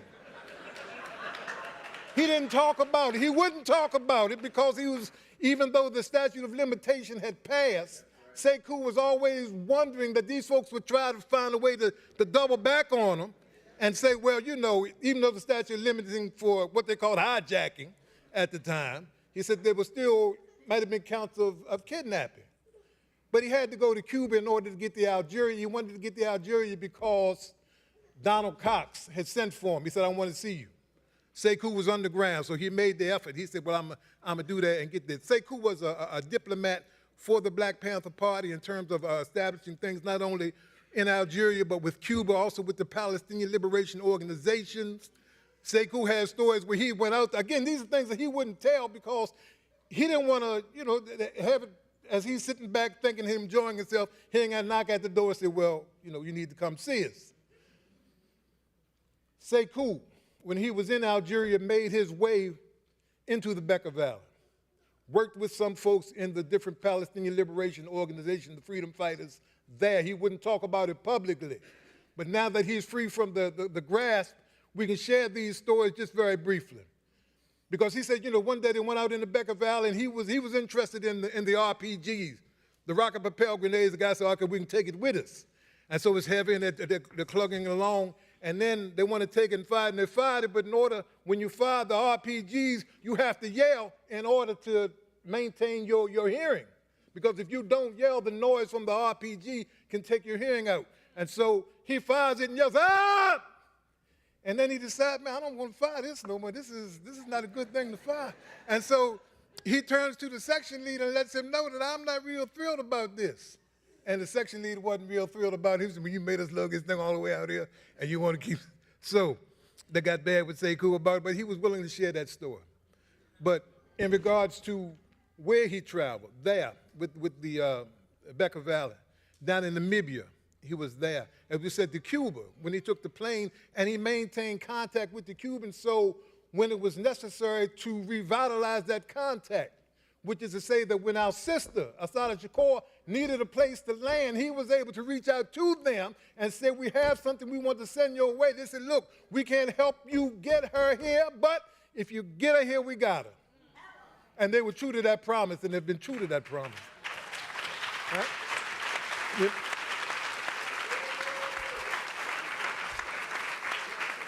You know, and many times when we talk about Sekou and the liberation of Assata Shakur, a lot of times that, you know, we mention him, but I don't think that we really understand the role that he played. And many times he's just, it's almost like brushed over. It was like something that she organized and he participated in. No, it was something that he organized and she participated in. He went and got her. You know what? And it was a type of thing that the brothers that he was working with, and we can say these things now because most folks that were affiliated with that action have moved on, are free from the clutches. But he said that when they were visiting her, when the first folks were visiting her, they walked up in the prison in New Jersey just like you walked into this auditorium. You understand what I'm saying? There was not a search. Ain't nobody put no hands on you. Don't let me look in your bag. There wasn't wanding. There was not a metal detector. And they said, these folks have lost their minds. They said, these folks have lost their mind. We got to take advantage of this. Our sisters in here, and all they're going to do is let us walk from the door all the way to the visiting hall, and they're not going to do anything. We got to get them. We got to get them. So they sat back and they made a plan. They saw the holding area where they had at, what they needed to do. They said the only obstacle was a couple obstacles. Lady in a booth with glass, thick plastic glass. We got to get her cooperation. How are we going to get her cooperation? They looked at the glass, how thick it was, brought a pistol, was able to shoot through the glass. They said, you know, it'll take a couple shots, but with this .357, it'll open it up. But we don't want it to get to that. We're going to bluff our way through. So it took some dynamite in there. Yes, took some dynamite in. And when the visiting was going on, 2 pistols and a dynamite. Anyway, because Assata got one, he got the dynamite. They're talking to the lady in the booth. Assata had been there so long that the people in the prison knew, and they were, you know, having conversations with her. So when Sekou shows up and says, it's time for you to open this door and to let her out, and he's got the dynamite pressed up against the window and said, come on, let's go. And then, oh, Lord, Assata, come on, honey, I got these grandbabies. Well, you open the door. You got to open the door. And so through that bluffing them, and I say that bluffing them is this. The reason why I say that he had to bluff them, because the dynamite was 3 flares. And Sekou, when I asked Sekou about it, he said, you know what? Nobody ever asked me about that. He said, you the first. I said, yeah, it was just 3 sets with some flares on. He said, yep. He said, but just in case you didn't open it, we had the pistol, but we didn't want to make a whole lot of noise. But he was able to get her to open the door. They had other brothers in the van, other folks in the van. They were able to jump in, and then it become one of those chases, you know, because now they got to get off of the compound, but they were fortunate enough that they had a mental institution at the far end of the compound, that if they got to the mental institution, they could get out through there and not have to worry about the guards, and the rest is history. All right? But these, wow. These are the stories that they shared that he wouldn't come out and just say, this is what's going on. He would say, you know, I participated in the liberation of Assata Shakur. No. They went up there, and what we used to call back in the day, they did a Steve Brody. For those who are familiar with that term, they did a Steve Brody. They were audacious. Wow. And this was one of his terms, audacious. He liked that term, audacity. And don't, you know what time we got to be out of here? y'all that over there, the folks, the folks that know that me and Sekou used to stay up all night. I used to have to do 2 shifts in regards to watching Sekou. We would do one shift talking all night, and then the next shift sleeping after breakfast so we could get up and then he get some sleep, I get some sleep, and going back to where I was coming from. One quick story about Sekou, and I'm gonna finish this. Yeah, you say, okay. This goes back to his childhood and in relation to just discernment, because Sekou was a very discerning individual in terms of, as we say, knowing when to hold him and knowing when to fold him. Sekou, 3 older brothers that used to work with their father on a coal truck, pick up 100-pound bags of coal. He was just strong from picking up 100-pound bags of coal. And I'd envisioned his father looking one way, and then I saw a picture of him and realized that who I envisioned and who his father was 2 different people. His father, he looked like Senior Walker. People, who's Senior Walker? Junior Walker's father. He looked like he could have been Junior Walker's father, Senior Walker. But big, strong man. And his brothers got tired of working for his father. And so they devised a plot and said, when Daddy comes in today and tells us that we need to get on that truck and start working, we ain't having it. We jumping on him. Man been picking up 100-pound bags every day. Every stop he gets 100-pound bag. Sekou thought about it. He said, no, I don't think it's a good idea. They said, no, you with us tonight? He said, So their father came in, and he told him, all right, load up the truck and let's go. And they said, no, Daddy, we're not going. He said, what you mean you're not going? He said, y'all get on that truck and let's go. They wouldn't go. Father shut the door. They charged their father. The three of them charged the father. Sekou had enough sense to sit that one out. And after the father finished tossing them around like he did the bags of coal, they loaded it up. That discernment stayed with Sekou all of his life. He knew when to go and when not to go, and I'm glad that the brother, just in terms of sharing the stories that he would share with me and us, Aiyisha has got to publish that book. Aiyisha, if there are stories that you have, I'm going to proofread, and there's some more that we need to throw in there because he had plenty of them. And that was our coin of the realm. We just sat back and told stories to each other all night. But, you know, alhamdulillah, I give thanks and praise for Sekou and for the opportunity to be with Sekou, and I'm glad that you are all here to honor him and remember him as a warrior, remember him as your brother, remember him as Baba, remember him for all the good and gracious things that he did. He was a good and gracious brother. I'm going to turn this over. I've been on here too long, 3 minutes, my watch stopped working. It's on y'all. Free the land. Free the land. Free the land. Say, we love Dequi. We love Dequi. We love Dequi. Y'all, our elders are still with us sharing amazing stories of power and triumph and perseverance, and they have won so many things, and they are still here. Can we give a round of applause to every member of the Black Panther Party, the Republic of New Africa, the Black Liberation Army? They want us to believe that we didn't have freedom fighters, but they're right here. We're going to be brief because we do want to yield as much time as possible to our elders. They have so many, many important stories to share with us. But on behalf of the New African Peoples Organization and the Malcolm X grassroots movement, we want to salute the life of one of our greatest warriors and leaders, Baba Sekou Odinga. He was a New African conscious citizen of the Republic of New Africa, a member of the Black Panther Party, a Black Liberation Army leader that they want us to forget about, right? And a former political prisoner. His life and legacy is one of total commitment to faith, freedom, and fighting for land, independence, and his people. This is a legacy that will never die. They say that when an elder passes on, as long as his name is spoken in the village, he lives forever. Sekou Odinga will live forever. 1,000 years from now, they will be saying, be Sekou. Say it again, be Sekou. We love Dequi. Be Sekou. And free the land. I meant to have an XCM member stand real quick. Really quickly, will everyone in the Malcolm X grassroots movement and New African Peoples Organization please stand?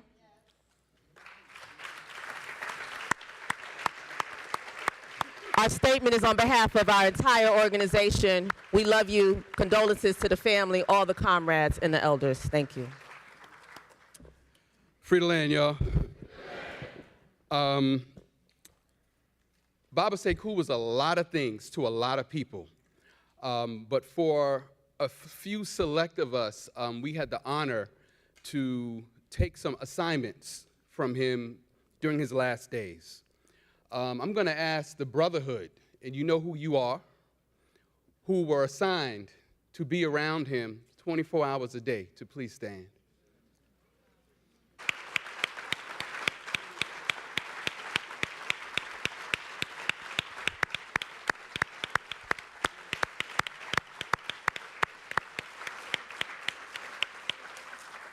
I want you to know that these brothers received a call from me. Half of them didn't even know me. I saw a side of Baba Sekou shortly after his surgery that I had never seen before. In fact, his words to me were, "You're looking at a different Baba Sekou now."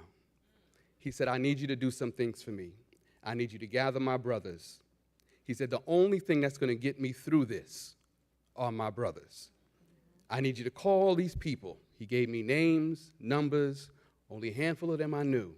He said, "But when I go to sleep, I want my brothers to be there. When I wake up, I want my brothers to be there." From the moment he said that, we made that happen. And I want to thank these brothers for doing that.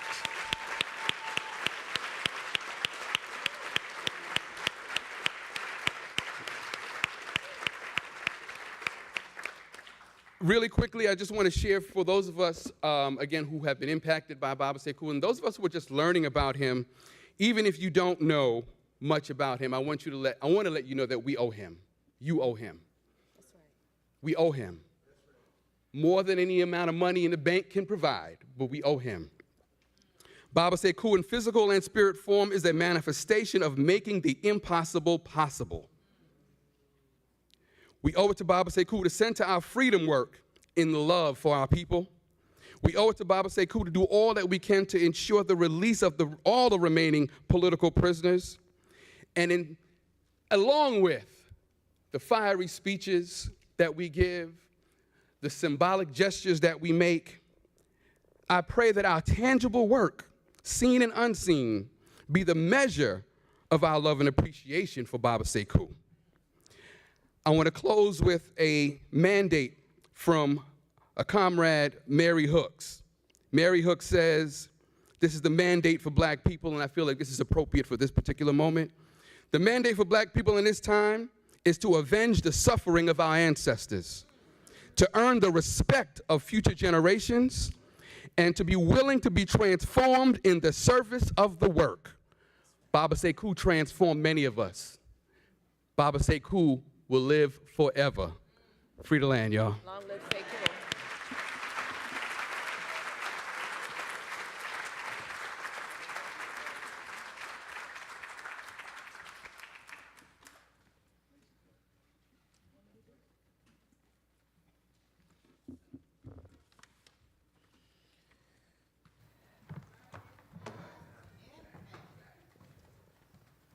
All right, next we have Impact Repertory Theater.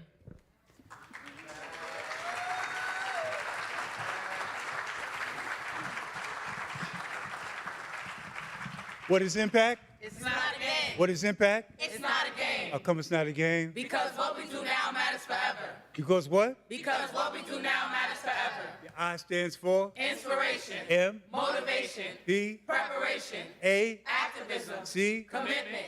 T. Teamwork. And our credo is? We are youth activists who view the creative arts and leadership training as a way to develop ourselves and change the world in a positive way.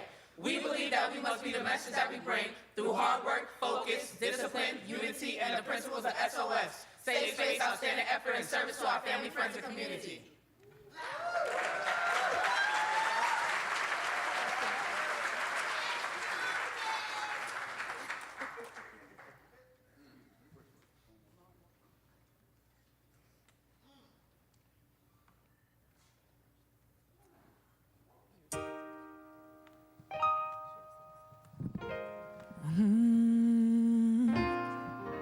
Oh, yeah.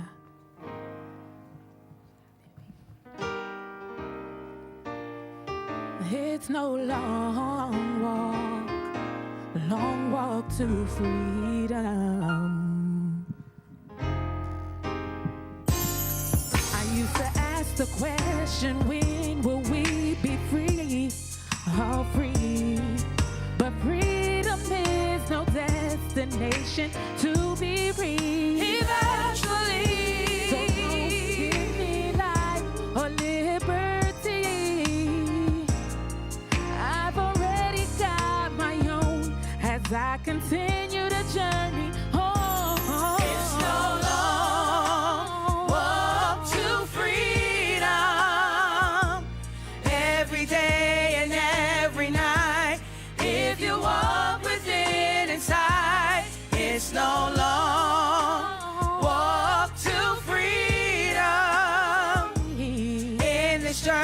towards the light. You'll find freedom only when you look inside. Was a time freedom was a dream. Many people lost their life for what they believe. So I will in my life stand for liberty. I've already got my own as I continue this journey home. It's no long walk to freedom. Every day and every night, if you walk within inside, it's no long walk to freedom. In this journey towards the light, you'll find freedom only when you look inside. Freedom is not a destination. It is a road that we all must walk on. And those of us who are walking on that road have a duty to show the way to those who can't find it on their own. Just like our parents and grandparents did for us, we must do for our children and their children. We've come a long way, but we can't rest yet. Not until we're free. Not until we are free. We've come this far, walking by faith, hoping to see a brighter day, a brighter day. Lift every voice, to earth and heaven, shout and rejoice. Freedom we sing. It's no long walk to freedom. Every day and every night, if you walk within inside, it's no long walk to freedom. In this journey towards the light, you'll find freedom only. It's no long walk to freedom. Every day and every night, if you walk within inside, it's no long walk to freedom. In this journey towards the light, you'll find freedom on. Put your hands together. No long walk to freedom. Every day and every night, if you walk within inside, it's no long walk to freedom. In this journey towards the light, you'll find freedom only. It's no long walk to freedom.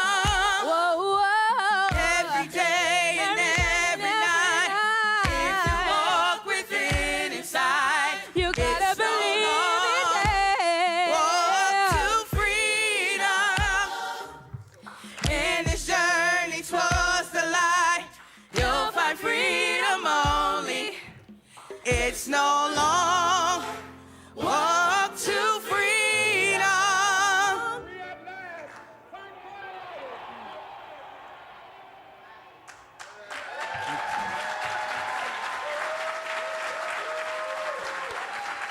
Impact, y'all. Impact Repertory Theater.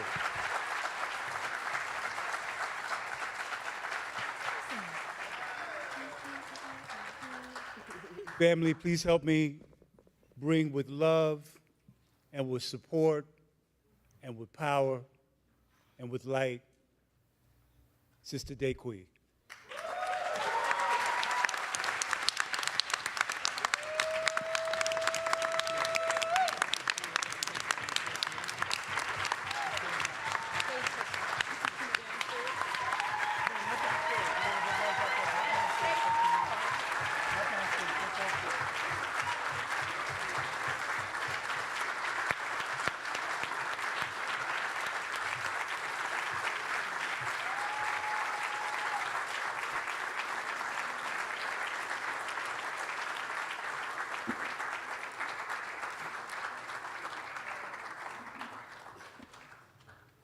and Sister Pam Africa. Come on, y'all. Come on. Come on.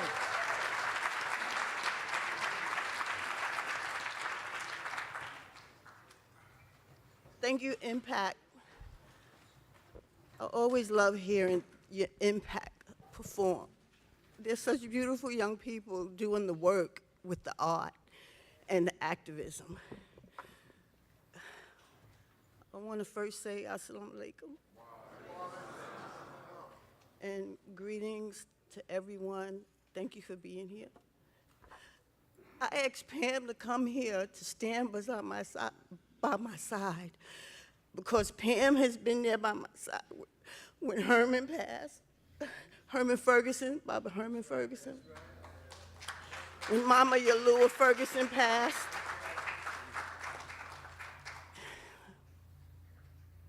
And now with Sekou Odinga. So I wrote some words down because my heart is so full and my brain is real foggy. So if I don't read it, I won't get it out. So,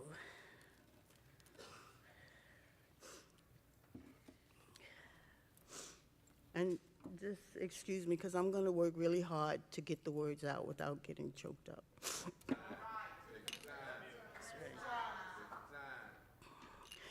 And thank you for that, Monifa, and all the folks who have expressed love for me, because it's your love that is helping me through this time in my life. So today marks the 148th day since the love of my life, Sekou Mgobozi Abdullah Odinga, left this earthly realm. And still, with the rise and fall of each day, I say to him, good morning, good night, babe. I can't believe you're not here with me. I know it's real, but it's so hard to believe. I used to tease Sekou about what he would do without me whenever he misplaced or couldn't find something, and I did. His response was always, of course, what he did before me. And we'd laugh.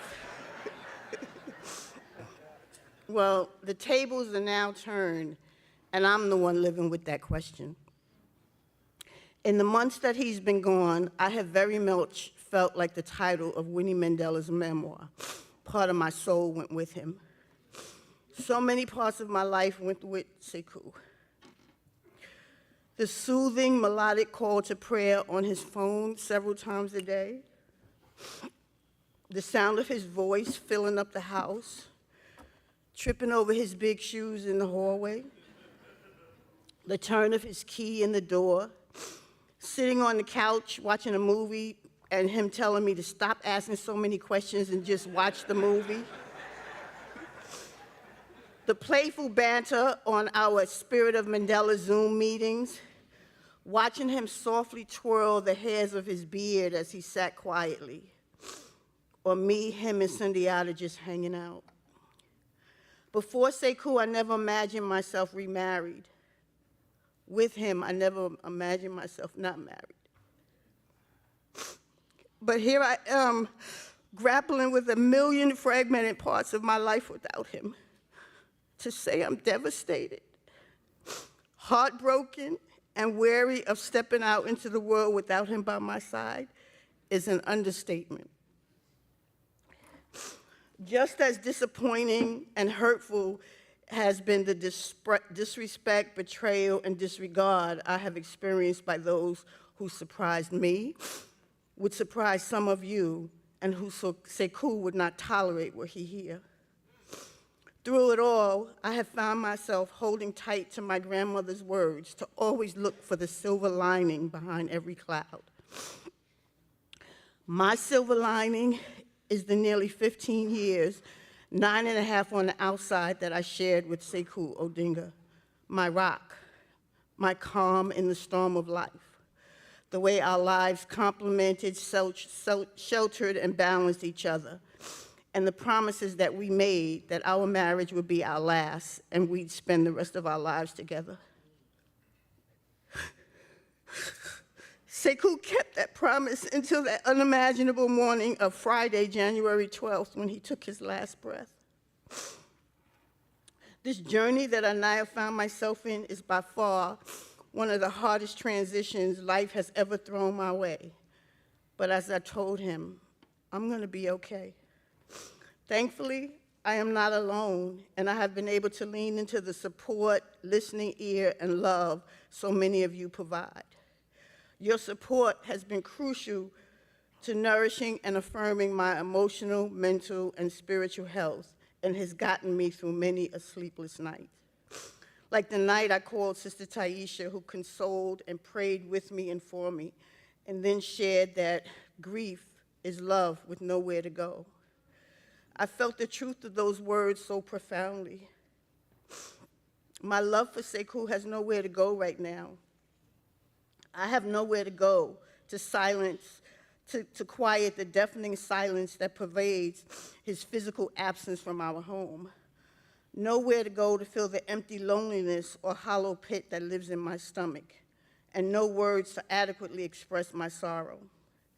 I hear Aretha's song, Drown in My Own Tears, playing in my head all the time. And it's all I can do in those moments to think of Sekou, think of something Sekou said or did to make myself smile and laugh and remember that he will always be with me. I think of his patience, his steadfastness, his principles, his kindness, his sense of humor, his love, and how although our lives and relationship weren't perfect and we struggled through some things, but we were perfect for each other. I think of his comrades who never made it home, those who did, and those I never met but felt like I did because he spoke so often of them. I think of all the histories and her stories he shared with me about his mother, siblings, aunties, nieces, and cousins, some of whom I got a chance to visit and spend time with. I think of us together, and I think how purposeful and befitting the name he chose represents his humanity, politics, and character. Sekou, in honor of Sekou Touré, the revolutionary African leader of Guinea. Mgobozi, in honor of the South African warrior and Shaka Zulu's right-hand man. Abdullah, in honor of his Muslim faith and beliefs, servant of Allah. Odinga, in honor of Ojinga Odinga, a nationalist in Kenya's struggle for independence. Conscious, deliberate, self-determined, liberation-minded, and African-proud. Sekou understood the power and significance of cultural identity and resistance in the lives of African and New African people. And he renamed himself to let everyone know straight off who he is. Muslim, revolutionary, conscious citizen of the Republic of New Africa, to me, husband, friend, life partner, companion, my man's man, my man who kept his word, my man whose word really was his bond, my man who challenged me, made me laugh, made me angry sometimes, my man who imparted invaluable life lessons onto me. And to you, he is Sheikh, freedom fighter, humanitarian, comrade, brother, mentor, Abu Mbaba. Most people know Sekou and I were not a couple throughout his 33-and-a-half-year bid. What they don't know is I loved the black man in Sekou Odinga long before I met or even knew he existed. I loved the black man in Sekou Odinga before I even understood what revolutionary black love looked like, felt like, and how safe it would make me feel. So when we finally met in 2009, he was 28 years into a federal bid and had recently been paroled to New York State to begin serving a 25 to life sentence. And I loved Sekou Odinga from that very first visit. Me, him, and Ann Lamb. Not in a groupie or romanticized love at first sight way. Not swayed by his handsome self, legendary reputation, or swagger, even though he still moved with it. I love the black man in Sekou Odinga because I recognize something very special, generous, honorable, humane, and gentle about the man sitting across from me.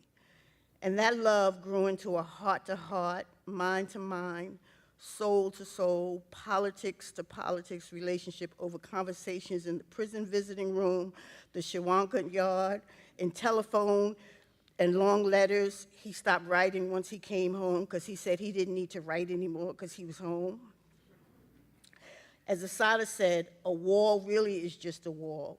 And despite the inhumane and cruelty prison life fosters, and against so many odds, Sekou and I developed a level of intimacy that enabled us to get to know one another, discover how much we shared in common, grow in love and friendship. Sekou, a devout Muslim, me, a then practicing Buddhist, both with a foundational belief in the Creator and Allah, a multifaceted Gemini spirit, values, radical politics and perspectives, intellect, habits, idiosyncrasies, love of old school music, spicy foods, stylish taste in clothes. Right?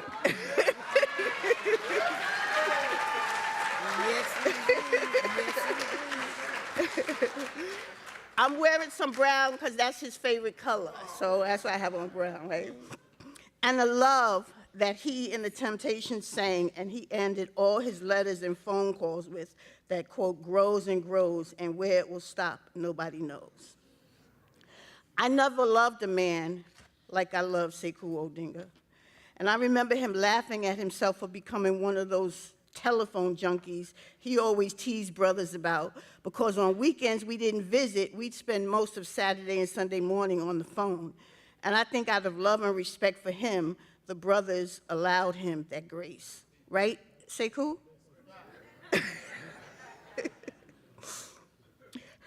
We married in the prison visiting room on June 17, 2011, his birthday.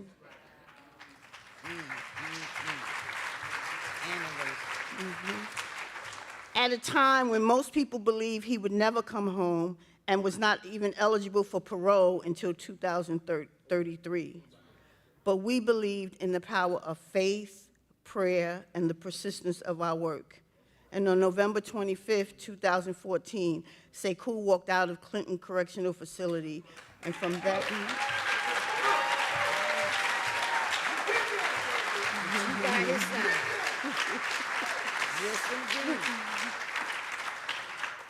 And from that day until September 3rd, 2024, when illness knocked him down, we traveled to so many places and did so many things that he often joked people acted like we were joined at the hip. Today, I stand before you with that part of my hip joined to Sekou's gone, along with life as I knew it and some of the relationships I thought I had. I've been reminded how illness and death can bring out the best and the worst in those left behind. I'm thankful the best has outweighed the worst. The best is my daughter and granddaughter, Mogadishu and Val, for never leaving my side, his side. The other Sekou, for never waiting to be asked to come be with my Sekou. Yaz and Bilal, for their sage wisdom and listening through my inconsolable moments. Aiyisha and Effa for their consistent check-ins and helping with this tribute. Lumumba and Monifa for stopping whatever they were doing whenever Sekou needed a ride to the emergency room or anything else. Jamal for coming to my rescue on this tribute. Sekou's cousins LL and D, since deceased, for inviting me and hosting me in their San Antonio home. My Houston and New Orleans family for giving me weeks of refuge. Asha, Zaina, Anochi, Eli, and the entire Baba Sekou Collective Community Care for stepping up while others stepped back, and supporting, honoring, and caring for Sekou when we needed it most. And to all the folk in here and out there for affirming what family really means, not just the ones you inherit, but the ones you create. And for recognizing and understanding and honoring a living Sekou for his sacrifice and commitment to the Black freedom struggle, supporting him across decades of imprisonment, joining with the Sekou Odinga Defense Committee in our campaign to raise money and bring him home, creating opportunities for him to speak at colleges and universities and community events and be paid for it, placing money in his hands, visiting our home, cooking for us, taking us out to eat, driving him to countless doctor's appointments and surgeries, etc. So many of you became the family Sekou and I created over decades of his life work and mine. I speak for both of us when I say thank you for allowing us to count on you day or night, for being our silver lining, and for offering the best of yourselves in our time of need. Sekou shared the best of himself with this movement and every one of us in different ways. His life is a gift and exemplifies for me the essence of 3 African proverbs from a book a Sister Manny recently gifted me. 1, where you sit when you are old shows where you stood in your life, in your youth. Sekou underwent 2 emergency surgeries, was in and out of ICU, experienced innumerable highs and lows, and throughout his 4.5 month hospitalization, he was taken care of and surrounded and shown love by 35 plus multi-generational, multi-ethnic, multi-racial movement folk who became the Baba Sekou Collective Community Care. Not one of them complained or hesitated about spending every morning 7 a.m. to 1 p.m. and every night 11 p.m. to 7 a.m. in whatever hospital he was in. Their care and sacrifice is demonstrative of the belief that where Sekou stood in his youth paved the way for where he sat in his elder years. And a reminder to us that it really does take a village, and we are our brothers and sisters' keepers. 2, love has to be shown by deeds, not words. Sekou didn't just use the word love, he manifested it in his deeds, spiritually, personally, and politically. He showed his love to and for Allah by praying 5 times a day, no matter where we were. And even when illness could excuse him from the sacred tradition of Ramadan, he wouldn't abstain. He submitted every day of his life to the will of Allah, including asking for mercy and that it be easy on him as we embarked on that last December 25th journey into the hospital. Sekou showed his love for the people with his commitment and deeds to the Black freedom struggle before, during, and after his imprisonment, for his children, grandchildren, and family by providing for them as best he could while in prison and then trying to make up for those stolen years when he got out. And though he wasn't prone to overtly romantic gestures or public displays of affection, Sekou showed his love to me for us with his assurance that only Allah would come before me, that ours was the first and only monogamous relationship he agreed to, the way he teased me with his, only you, baby. And there was nothing he didn't or wouldn't do when I asked him, including in those last days going on that ventilator that prolonged his death by 2 weeks and a day. 3, a happy man marries the girl he loves, but a happier man loves the girl he marries. Sekou loved this girl, woman he married. Through all my loose ends, fears, the ways I annoyed him, my female chauvinism, as he would say.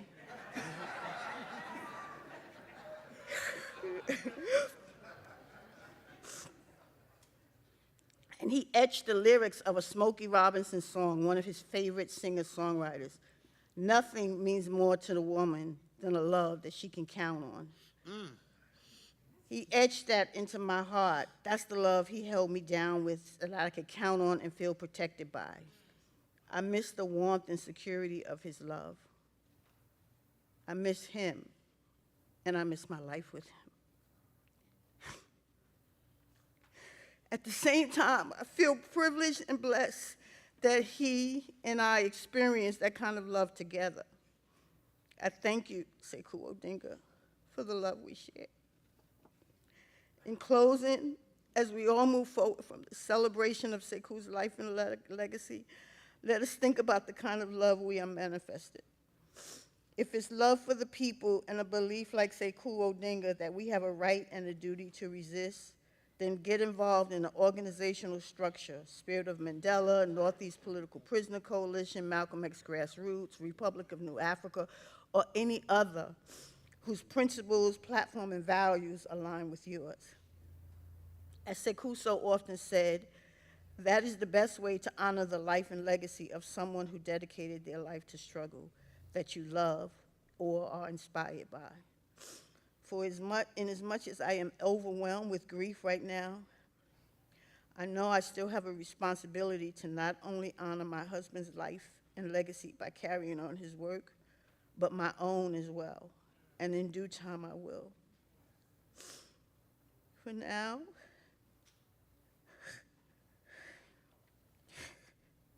now I speak his name. Sekou Mgobozi Abdullah Odinga. Sekou Mgobozi Abdullah Odinga. I speak his name to ensure that we never forget, and those not yet born always know of his good deeds and sacrifice. From here to eternity, babe, I will cherish and remember our lives and our time travel together. I will love you forever and always. Sekou Odinga presente. Sekou Odinga presente.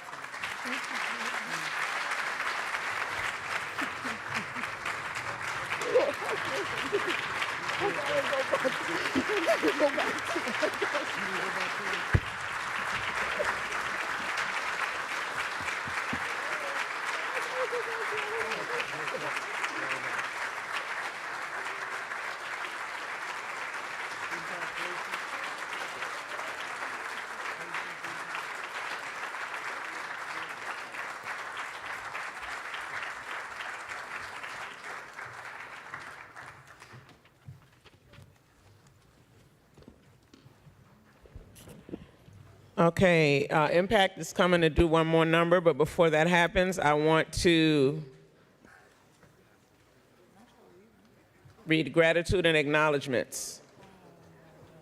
Brother Kevin Casey Matthews, Bullwhip, and the Schomburg Center for Research in Black Culture staff and crew, the Sekou Odinga Memorial Tribute Committee, volunteers and security, the National Alumni Association of the Black Panther Party, the artists, activists, and cultural workers, the Baba Sekou Community Care Support Collective, the staff, nurses, and doctors at NYU Langone Hospital, ICU, Rusk Orthopedic Hospital, and Upper East Rehabilitation Center for taking care of Sekou through his various hospitalizations. The folks who lent their human resource skills, financial, labor, time, and otherwise to the days, nights, of Sekou's hospitalization and beyond. The folk who donated to the GoFundMe and olive butter campaigns. The folk who delivered home-cooked restaurant food, paid for Ubers, offered money, hand-to-hand, visited with, checked on Sekou. Isaac Castellas for all the family, friends, and comrades interviews. Kalanji Changa, Black Power Media. Kazembe Balagoon and the Melissa Cinema, Micaiah and Judah, Revolutionary Love Music, Merlina Patterson, Kalfani Kojo Mgobozi Suni Ali, Siriboa Monroe Rhodes, you for spending this evening with us to honor the life of Sekou Mgobozi Abdullah Odinga. Assalamu alaikum. Free the land. Free them all. Peace.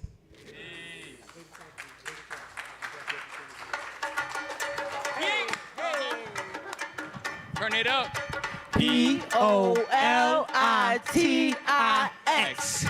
I know you looking for a drive-by right now. You living in the past, we right now. You looking with a brand new sight now. Changing the world with the words we write down. All I see is politics. And when the street meet politics, it ain't safe, we all at risk. Get money, get power, get arrested for developing smarter kids. And when the street meet politics, watch the street beat politics. Make moves so we all exist. Get knowledge, get power, get justice to flip this corruption, kid. Time is critical, see beyond the visual. We are more the physical, see the invisible lie. With a critical eye, one nation under God, we wear disguise. Don't wanna be recognized, wanna be wise. Wisdom of a nation that's 2 times homicidal. Got survivors in American honors, But I don't see activism in their autobios. I know politicians hate these lyricists. They like puppets, dummies, and ventriloquists. I-M-P-A-C-T like Pinocchio. No strings on me, language colloquial. From the school of hard knocks and parochial. Split fame like allergens all up in your bronchioles. Stand up, man up, pick your man up. Get ready for a change, throw your hands up. Politics on the street, same as the world. You rather kill for dollar bills just on your peace on earth. You rather build your clientele than tell the truth we deserve.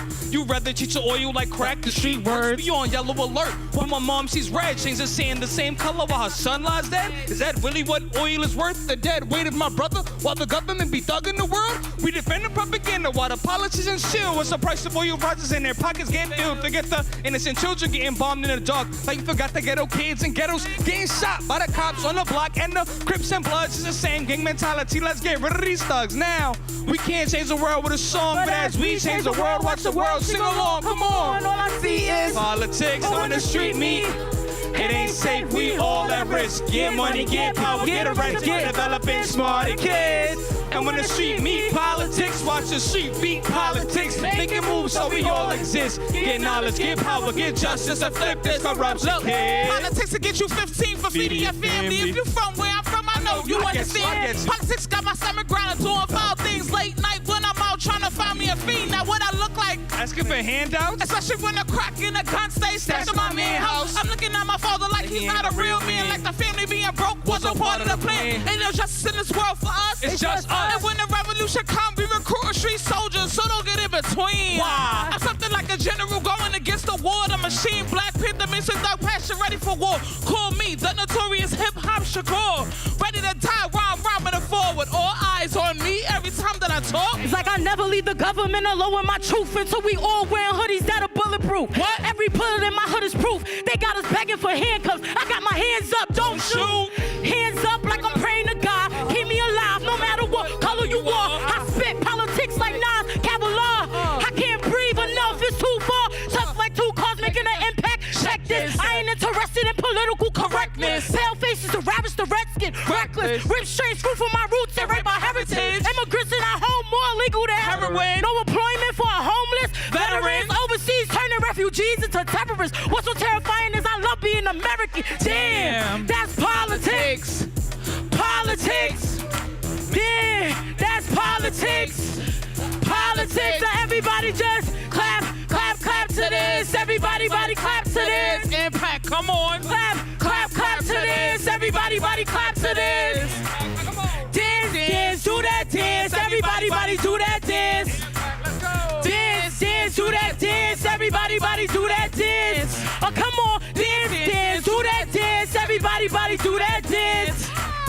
Dance, dance, do that dance. So everybody, who are we? I said I-M-P-A-C-T. What? I-M-P-A-C-T.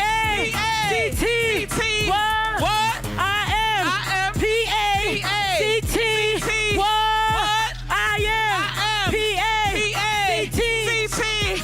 Listen, if you hear the words we saying, this right here needs radio playing. All we hear is sex, drugs, money. They don't care. All I want to say is that they don't really care about us. All I see is politics. Who in the street meet? It ain't safe. We all at risk. Get money, get power, get arrested for development. smarter kids, Who in the street meet? Watch the street beat. Make it move so we all exist. Get knowledge, get power, get justice, and flip this corruption, kid. I know you looking for a job, we right here, y'all. Living in the past, we right here, y'all. Looking with a brand new sight now. Change the world with the words we politics.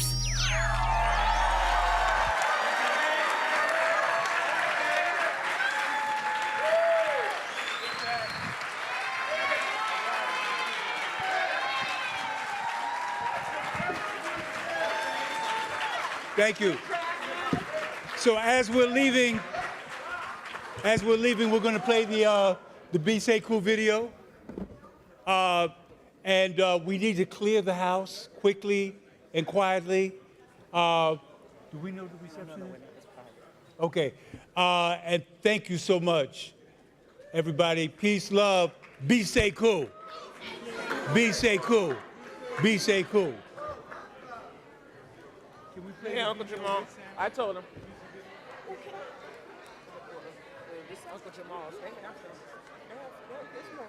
Okay, I'll get it. We'll make sure. I'll make sure.